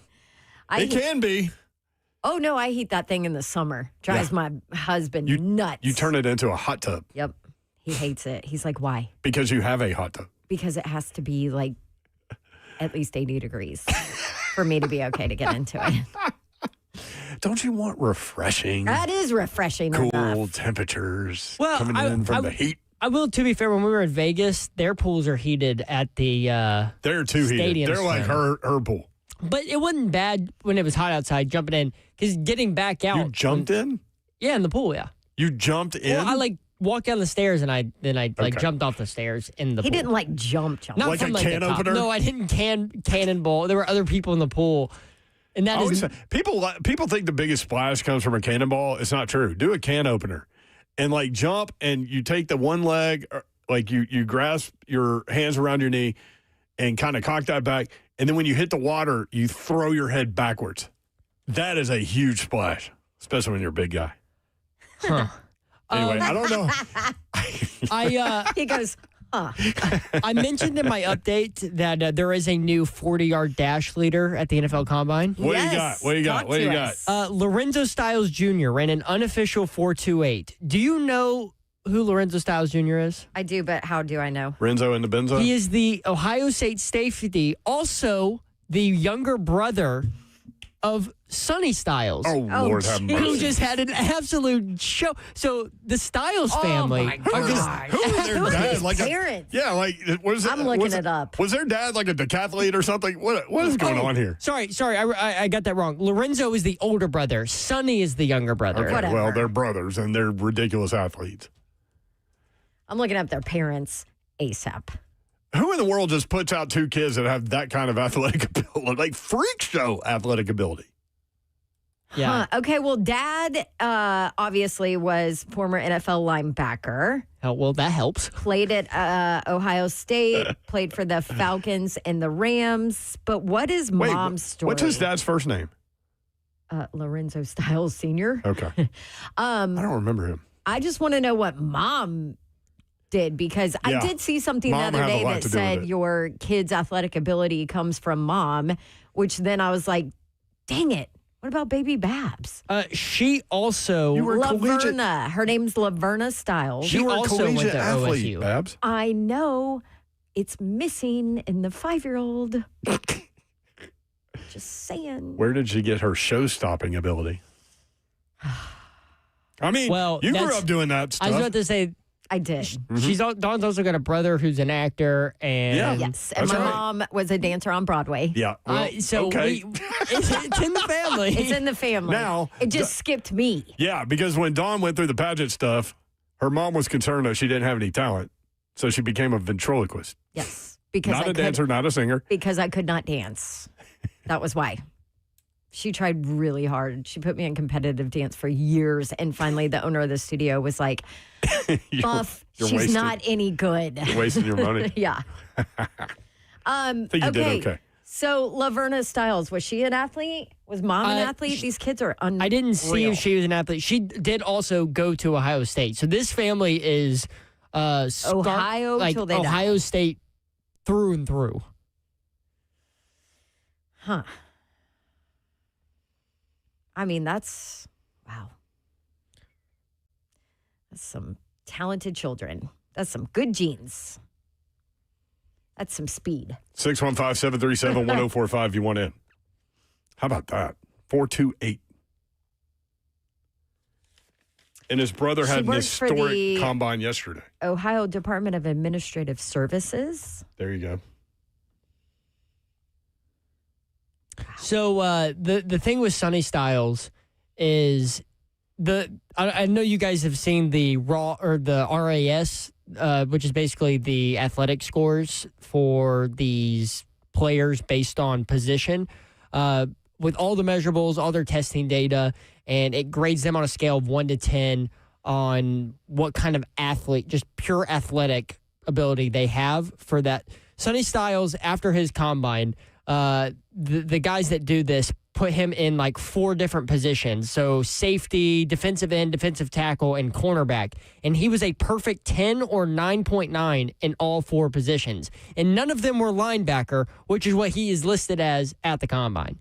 That's how crazy of a day that he had yesterday testing out in Indianapolis. It's crazy. That he is a pure athlete at any position you would put him in based on data. We're going to go through these. Hold on, just real quick. Laverna's a badass. Okay. Maybe also, not an Laverna athlete. Stiles is a great name. That's a great name. Yeah. She's powerhouse. 427 official for Lorenzo. Laverna Stiles? For Lorenzo. Okay. She's the director of HR operations at the Ohio Department of Administrative Services. Yep. Sonny said he learned his grit and determination from her. There you go. Grit and determination. Okay. One of the games featured tomorrow, 2 top 20 teams. Number 20, Arkansas at number 7, Florida. It is Trash Talk Friday. Florida, a 10.5-point favorite. There's a Cuff Jr. coming in. Florida's got all the stars they have. We have Gator Mike here who wants to partake in Trash Talk Friday. Mike, what's up? Hey, real quickly before I get my trash talk, you know what I just thought of, Brett? What would be great for Dawn? Remember the Seinfeld episode where they had Marlee Matlin read lips because, she's deaf, so she could read lips? Yeah. And tell them what they were saying? Dawn would be great at a party because she can throw her voice and people are looking around like, who said that? That'd be great for Dawn. Yeah.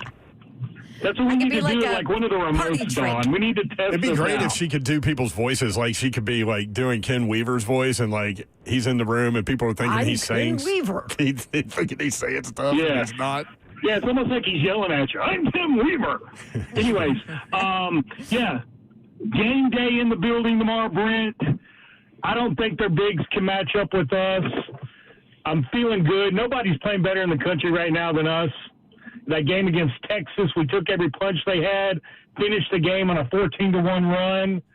It's at home, a night game. The Rowdies already camping out. Game day, like I said, it's going to be nuts. I mean, Thomas Howell only put up like 5 points the other night. We still won double digits. Yeah, so that's 6 road games now, Brent.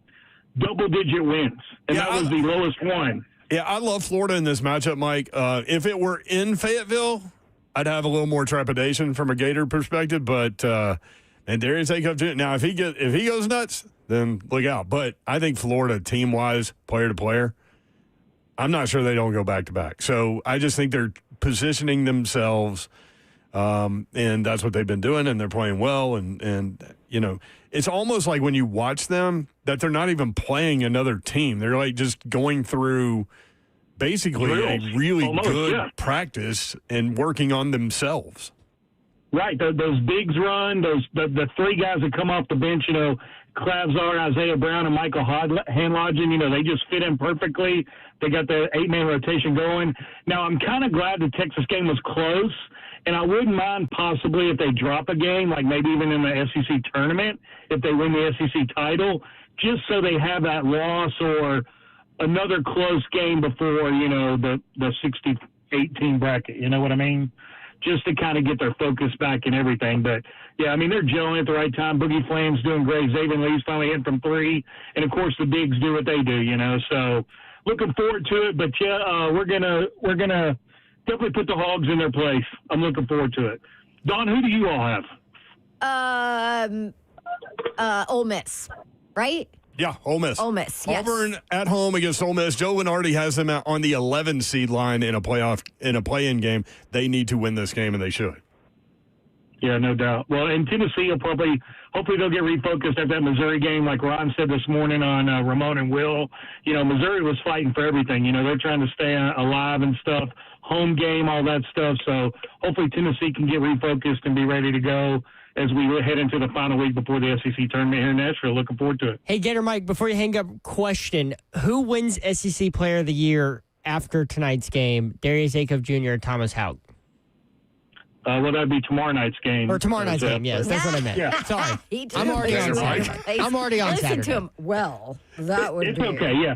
I think Thomas Howell rebound and have a great game and being home and all those eyeballs on there. I just think he's so important to our team from what he's done moving to that 3 this year.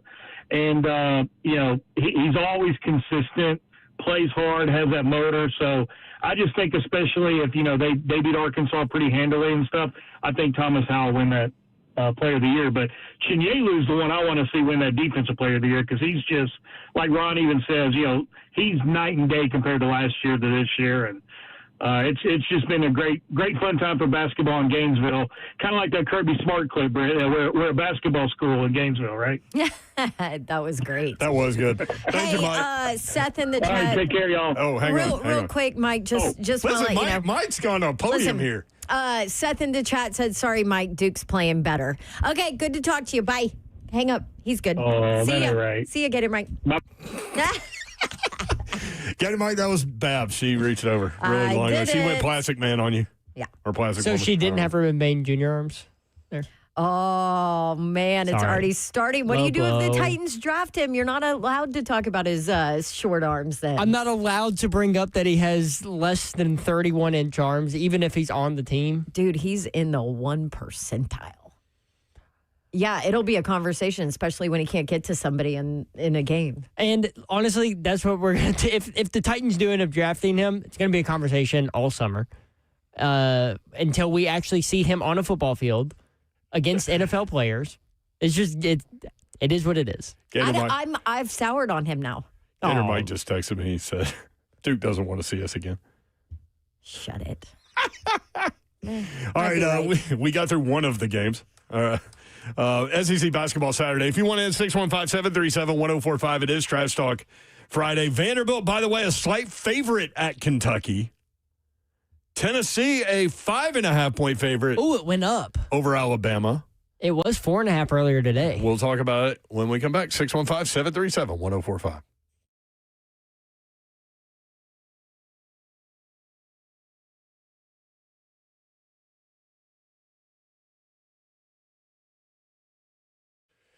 Tennessee was hit hard by severe weather. We often are as communities across Tennessee continue working to rebuild from flooded homes and storm-damaged schools to infrastructure weakened by melting snow and ice. USS is here to help. Since 1994, United Structural Systems has helped thousands of families and businesses restore their homes after foundation damage.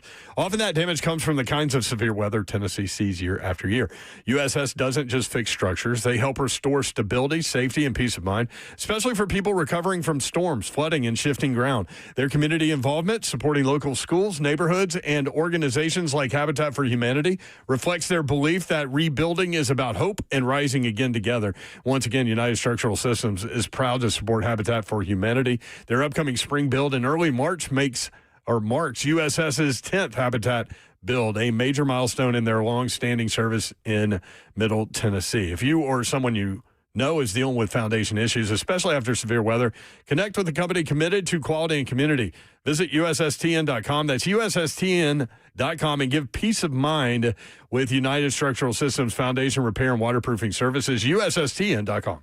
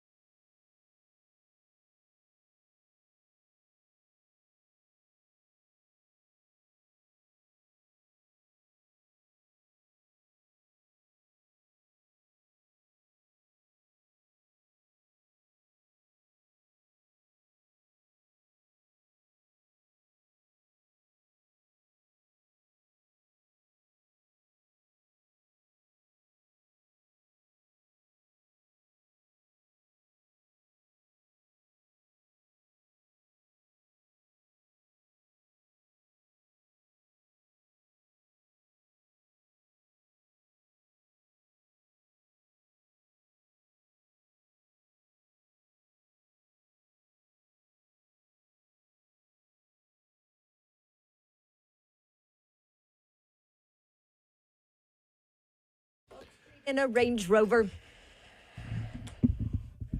Babs loves Jimmy Nelly. Coco, what? I'm from Atlanta, baby. Remember when he got pulled over on the plateau?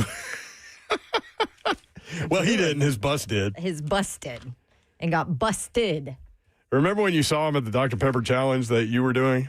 Is that the one that went into like 17 overtimes and you had to figure out what to do? Yep. I have not been asked back since. But Nelly was there. You got to see him.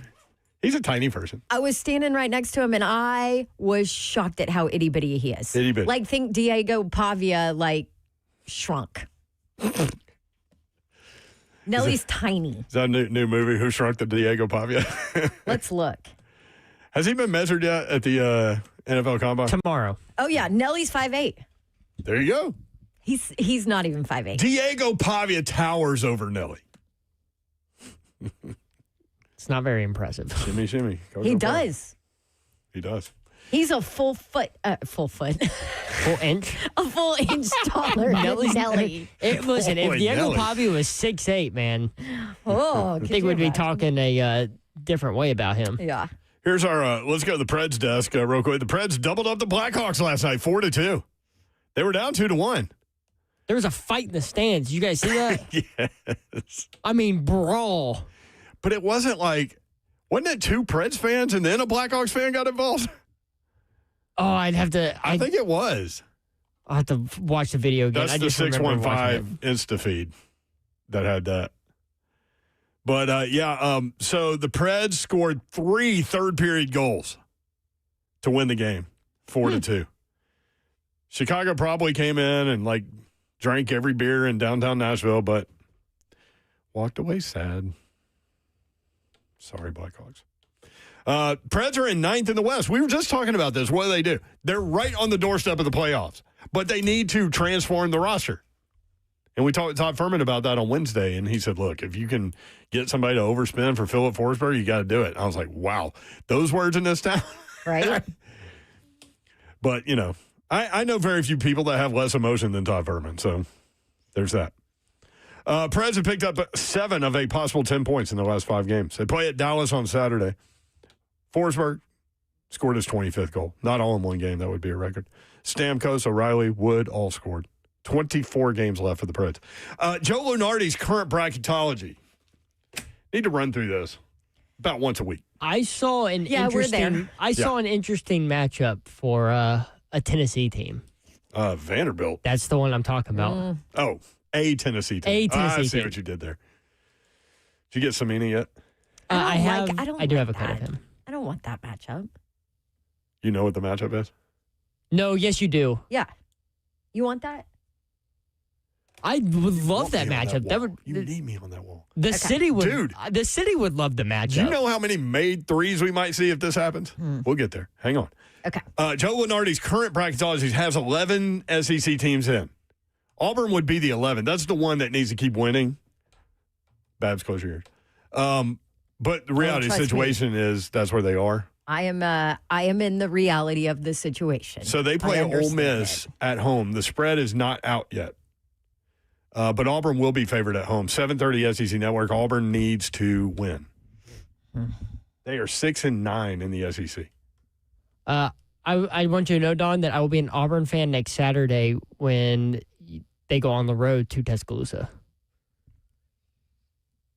Because Tennessee's That's the last game of the week. Good, Yeah. Zeffy. Well, 'cause Tennessee- You always root against Alabama. Also, Alabama's very hot right now. Tennessee's You a need to cool them off. Tennessee's a game behind Alabama right now in the SEC standings. So if they can steal one on them tomorrow, and then Alabama can drop a game because they go at Georgia, then host Auburn, that would help Tennessee tremendously. You always look at it from a Tennessee. Always got to. I appreciate that about you, Zeffy. All right, Joe Lunardi's current bracketology, 11 teams in. So, as I mentioned, he has Auburn in as an 11 seed. They would be in a play-in game in this scenario. I'm going to work from back to front. Okay. 2 10 seeds. 3 10 seeds. He's got 3 10 seeds.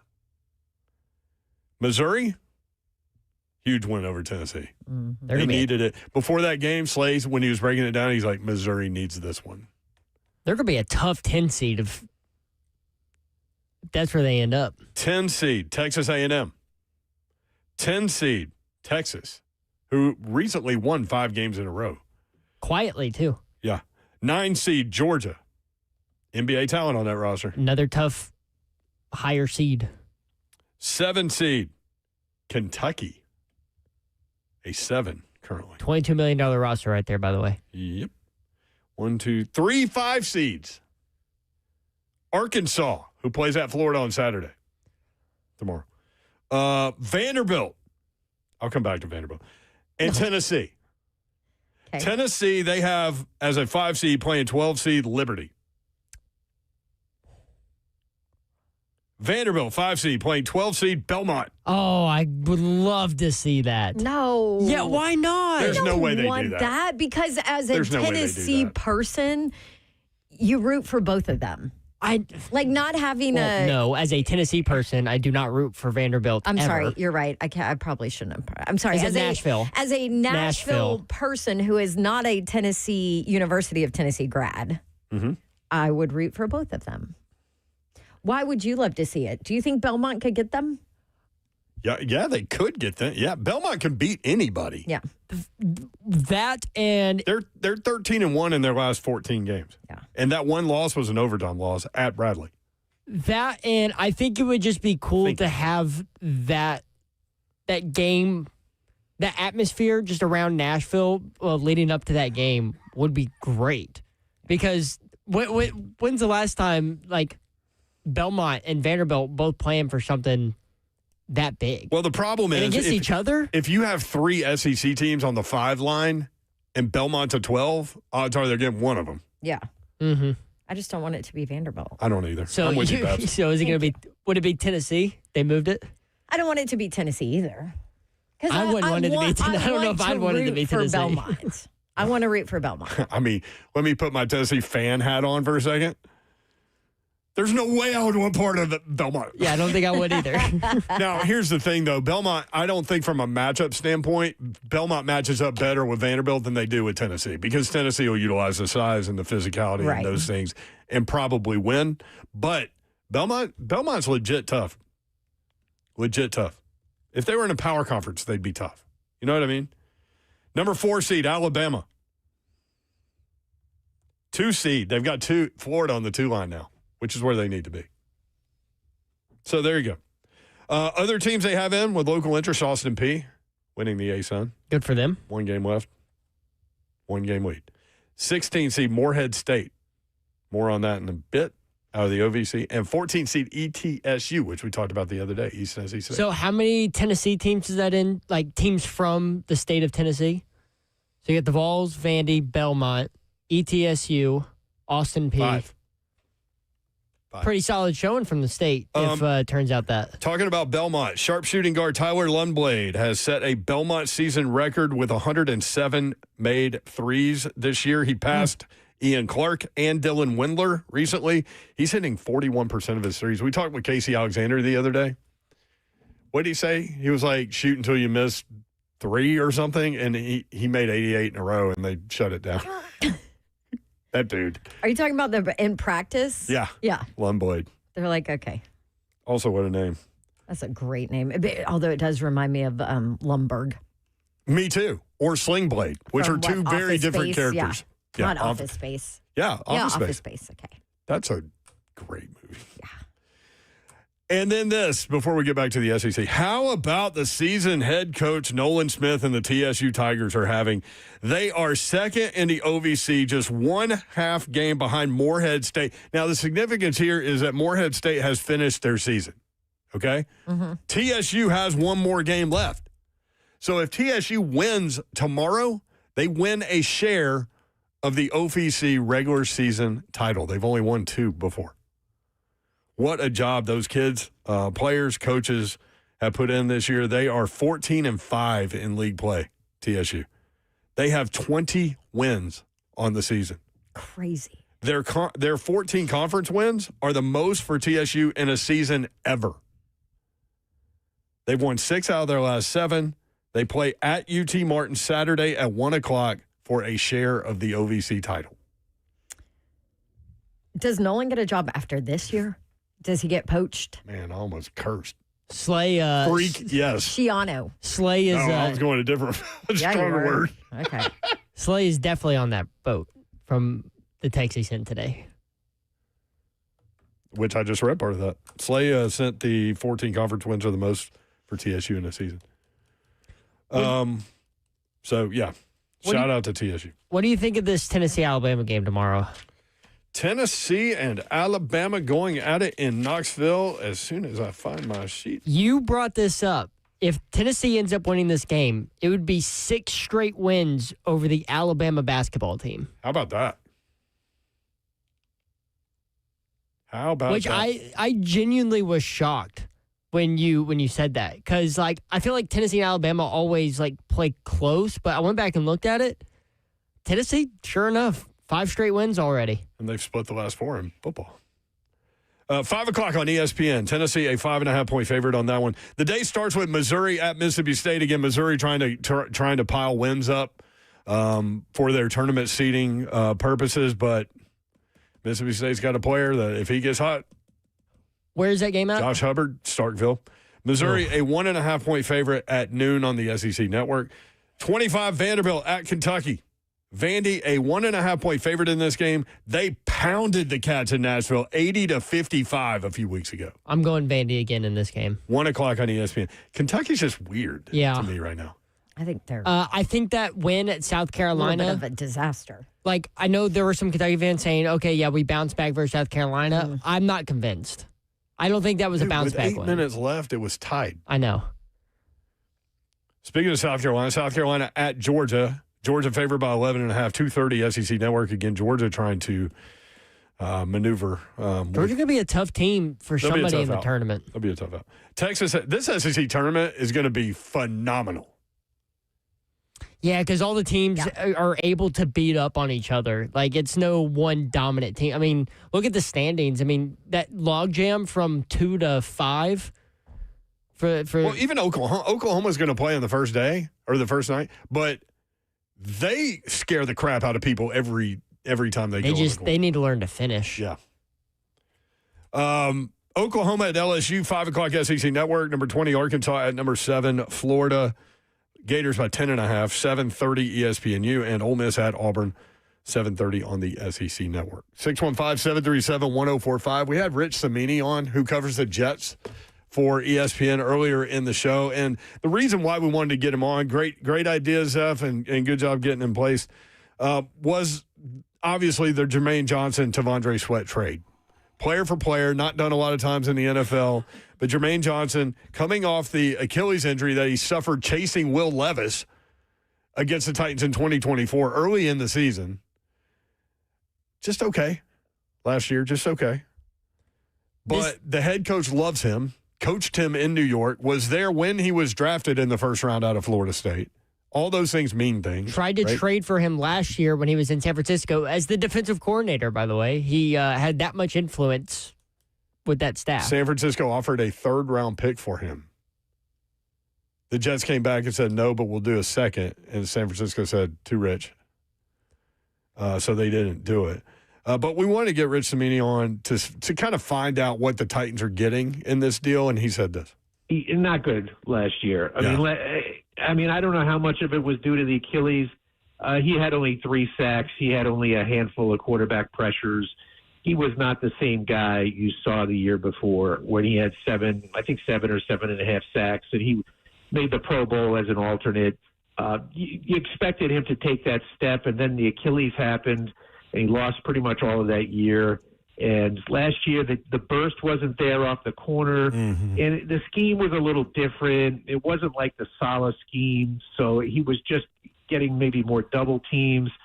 And I think mostly it was the Achilles. They always say it takes about a year before you feel right after the Achilles. And he did have an ankle injury last year, too.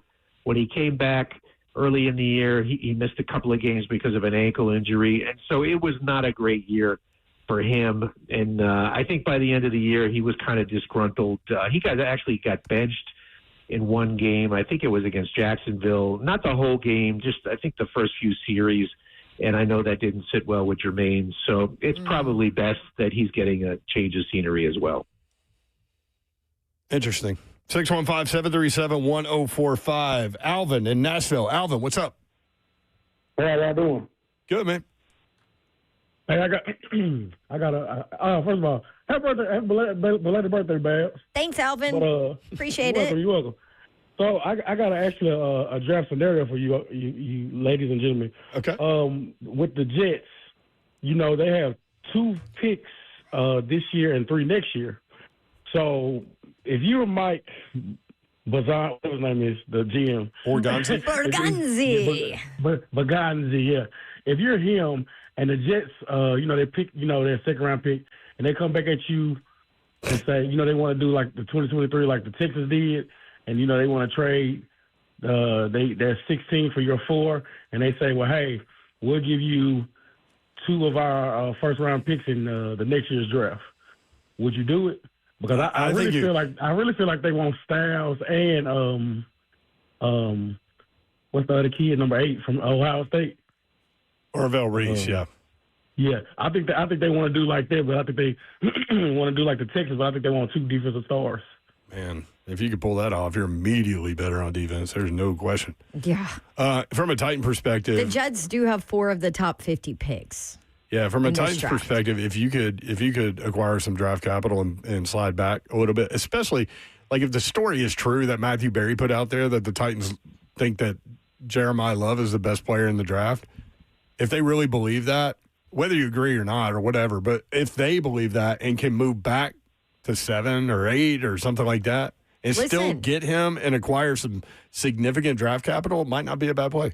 You mentioned 7. I'm telling you, let's say, okay, we know Fernando's 1. Then you've got the Jets and the Cardinals. Let's say they go edge defensive guys, both of them, right? Mm-hmm. And then there's one of those guys left. One maybe 2, depends on how you look at it. That makes a trade possible. That makes a trade possible with number 7, who is Washington, who had an absolutely god-awful defense last year. They need edge, they need corner, they need linebacker. Sounds familiar. Yes, it does. I mean, that's like half the teams, but specifically edge. The Commanders need that position. Yeah. So maybe you can come back. They go up to 4, get their defensive guy. You get Love there, and then, I don't know, get another draft and come late, and whatever you get from the Jets, come later and address your corner edge. I know we feel there. I know we feel like we hear this every year. Alvin, thank you for the phone call, man. Appreciate Thanks, the Alvin. discussion point. I don't know if the Jets would be a suitor as far as trading back, but I mean, they just have so many picks. It feels like we hear this every year, but when you look at the offensive talent that will be available in next year's draft, that is incredible. So if you can go into that draft somehow with 2, 3 first-round picks, second-round, Which 3, the Jets 4, currently first have. and second, they do. Yeah. 3 first-round picks next year. 4 of the top 50 Excuse me. Are you okay? this year. Sorry. They have 4 You know of the how top you get- 50 this year. You know how you're going to cough and then you try to stop and then you can't and then like a weird noise comes out? Is that what that was? That's what happened there. Man, I was looking at the SEC standings, and so LSU, South Carolina, Ole Miss are the last 3. They just are. Oklahoma is 1 game in front of that group of 3. And then Mississippi State is 1 game ahead of them. But when you look at the top 4 and you're thinking about the double bye, Florida has a 2-game lead on the conference with 3 to go, right? Alabama's right there, 2 back. Arkansas is 2 back. If Tennessee were to win, then Tennessee and Alabama are then tied. Tennessee holds the tiebreaker, which helps in terms of, at that point, there are 2 games left. And you're pretty good. Like, if Tennessee beats Alabama, you're pretty good in terms of the Final Four. I mean, in terms of the double bye. Missouri's right there, though, 1 game behind the Vols. So Missouri's just kind of lurking around. They have the win over Tennessee as well. Vanderbilt tied with Missouri. There's a logjam of teams 4 games back, 1 game outside that top 4, okay? Missouri, Vanderbilt, Texas A&M is 4 back. Kentucky right there too. So It's going to be fascinating to see how these next 3 games play themselves out and what this SEC tournament bracket looks like in Nashville. And tournament itself, I can't wait. Like you said, tournament itself is going to be great. Yeah, because outside of like Ole Miss and South Carolina, LSU, Carolina. all those teams have 3 wins. I mean, even LSU gave Tennessee a little trouble earlier this year. Well, I'm not even talking about from a Tennessee perspective. I'm just talking about what you said earlier, matchups, like in terms of any teams. Like Oklahoma has 4 wins, but they scare the crap out of everybody they play. They just can't close, to your point. They've taken everybody down to the wire. Yeah. A lot of single-digit losses for Oklahoma. It's going to be fascinating. And then you've got individual players, if they get hot. Like, if Josh Hubbard just comes in here and just lights it up, who wants to play that? Dawn will answer. I'm sorry. I'm still on draft. Good. We'll do more of that when we come back. 615-737-1045.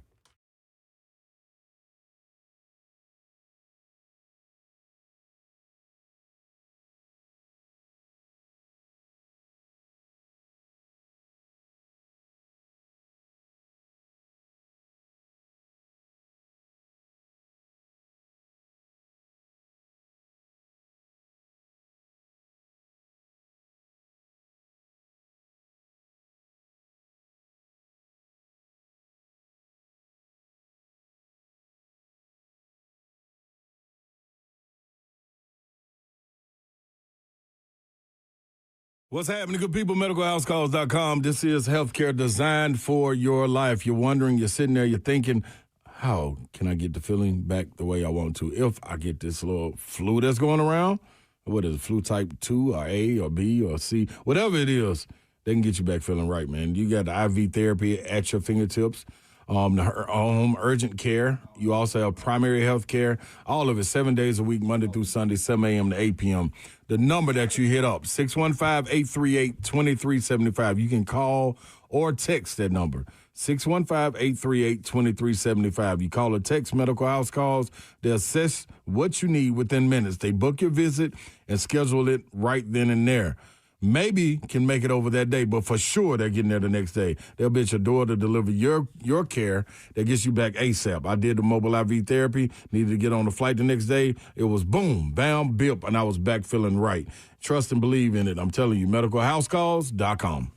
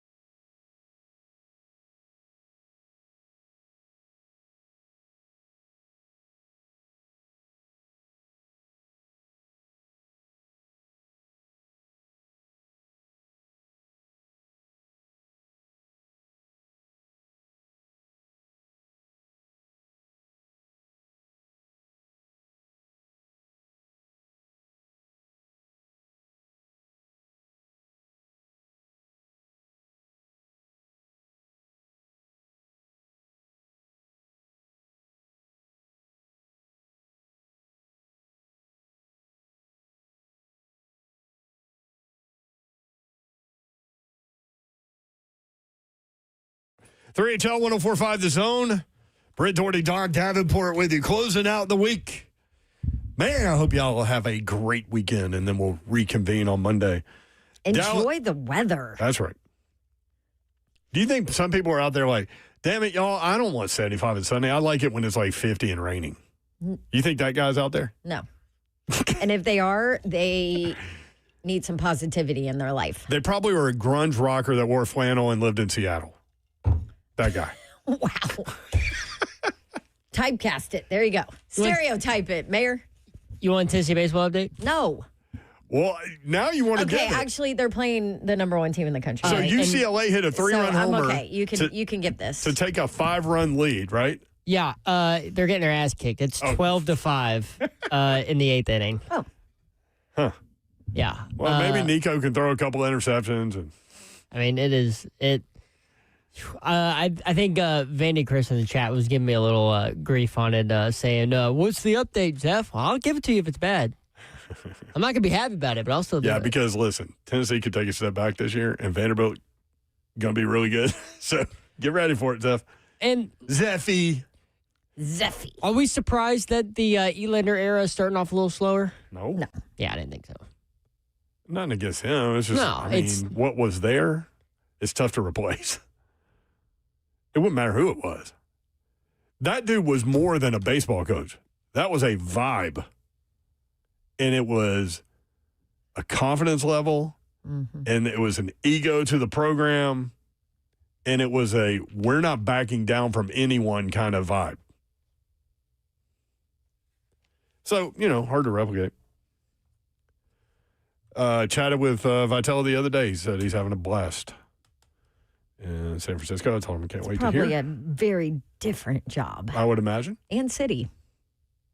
Well, right now they're in Scottsdale, I think. But, yeah, definitely a different city. Especially in, what is it? Tenderloinville? Tenderloin Village. I think that's what it was. Look it up or don't.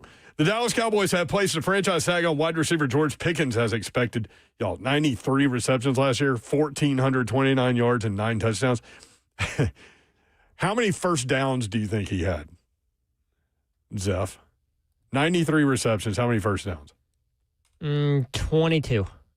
What do you think? Over, under 22? Over. Significantly over? No. 73 first downs. Holy crap. Okay, dang. I wasn't even Wait, close. how many catches? 93. Holy so crap. 70. What percentage is that? I'm going to look. Oh, how do you do that percentage? 93 divided. No, 73 divided by 93. 73 divided by 93. Okay. 78.5%. 78. Almost 80%. 78.5. So we make that 79%. Well, I wonder if the 9 touchdowns is included. Or is that 82 receptions of the 93 went for a touchdown or a first down? That dude. Wow. He'll make at least $28 million in 2026. The reason why you say at least is because they are still trying to negotiate a long-term deal. Again, they have till July 15th to get that done. I think the tag number itself became official today as they made the salary cap number official. For wide receivers, I think it's $27.3 million. We had Jordan DeJaney of CBS Sports on Cover 2 today. I was going to say, which of your shows? On Cover 2 today. We brought this up because Rhett asked about it because the Cowboys are in salary cap hell right now. They always are. Yeah, true. Well, it's because they've got a top 5 paid player at a position for like 6 different positions now, which is insane. But how are they doing this? He suggested that maybe George Pickens is a candidate to get tagged and then traded on the tag. He brought up the Broncos as a team that might do that. Okay. So I thought that was an interesting little note from him. So wait till it gets done and then trade for him. Have the 1 year at that rate. Ooh, George Pickens in Denver. Huh. George Pickens here. Would you overpay for that guy? Would you pay $28 million for 1 year for that guy?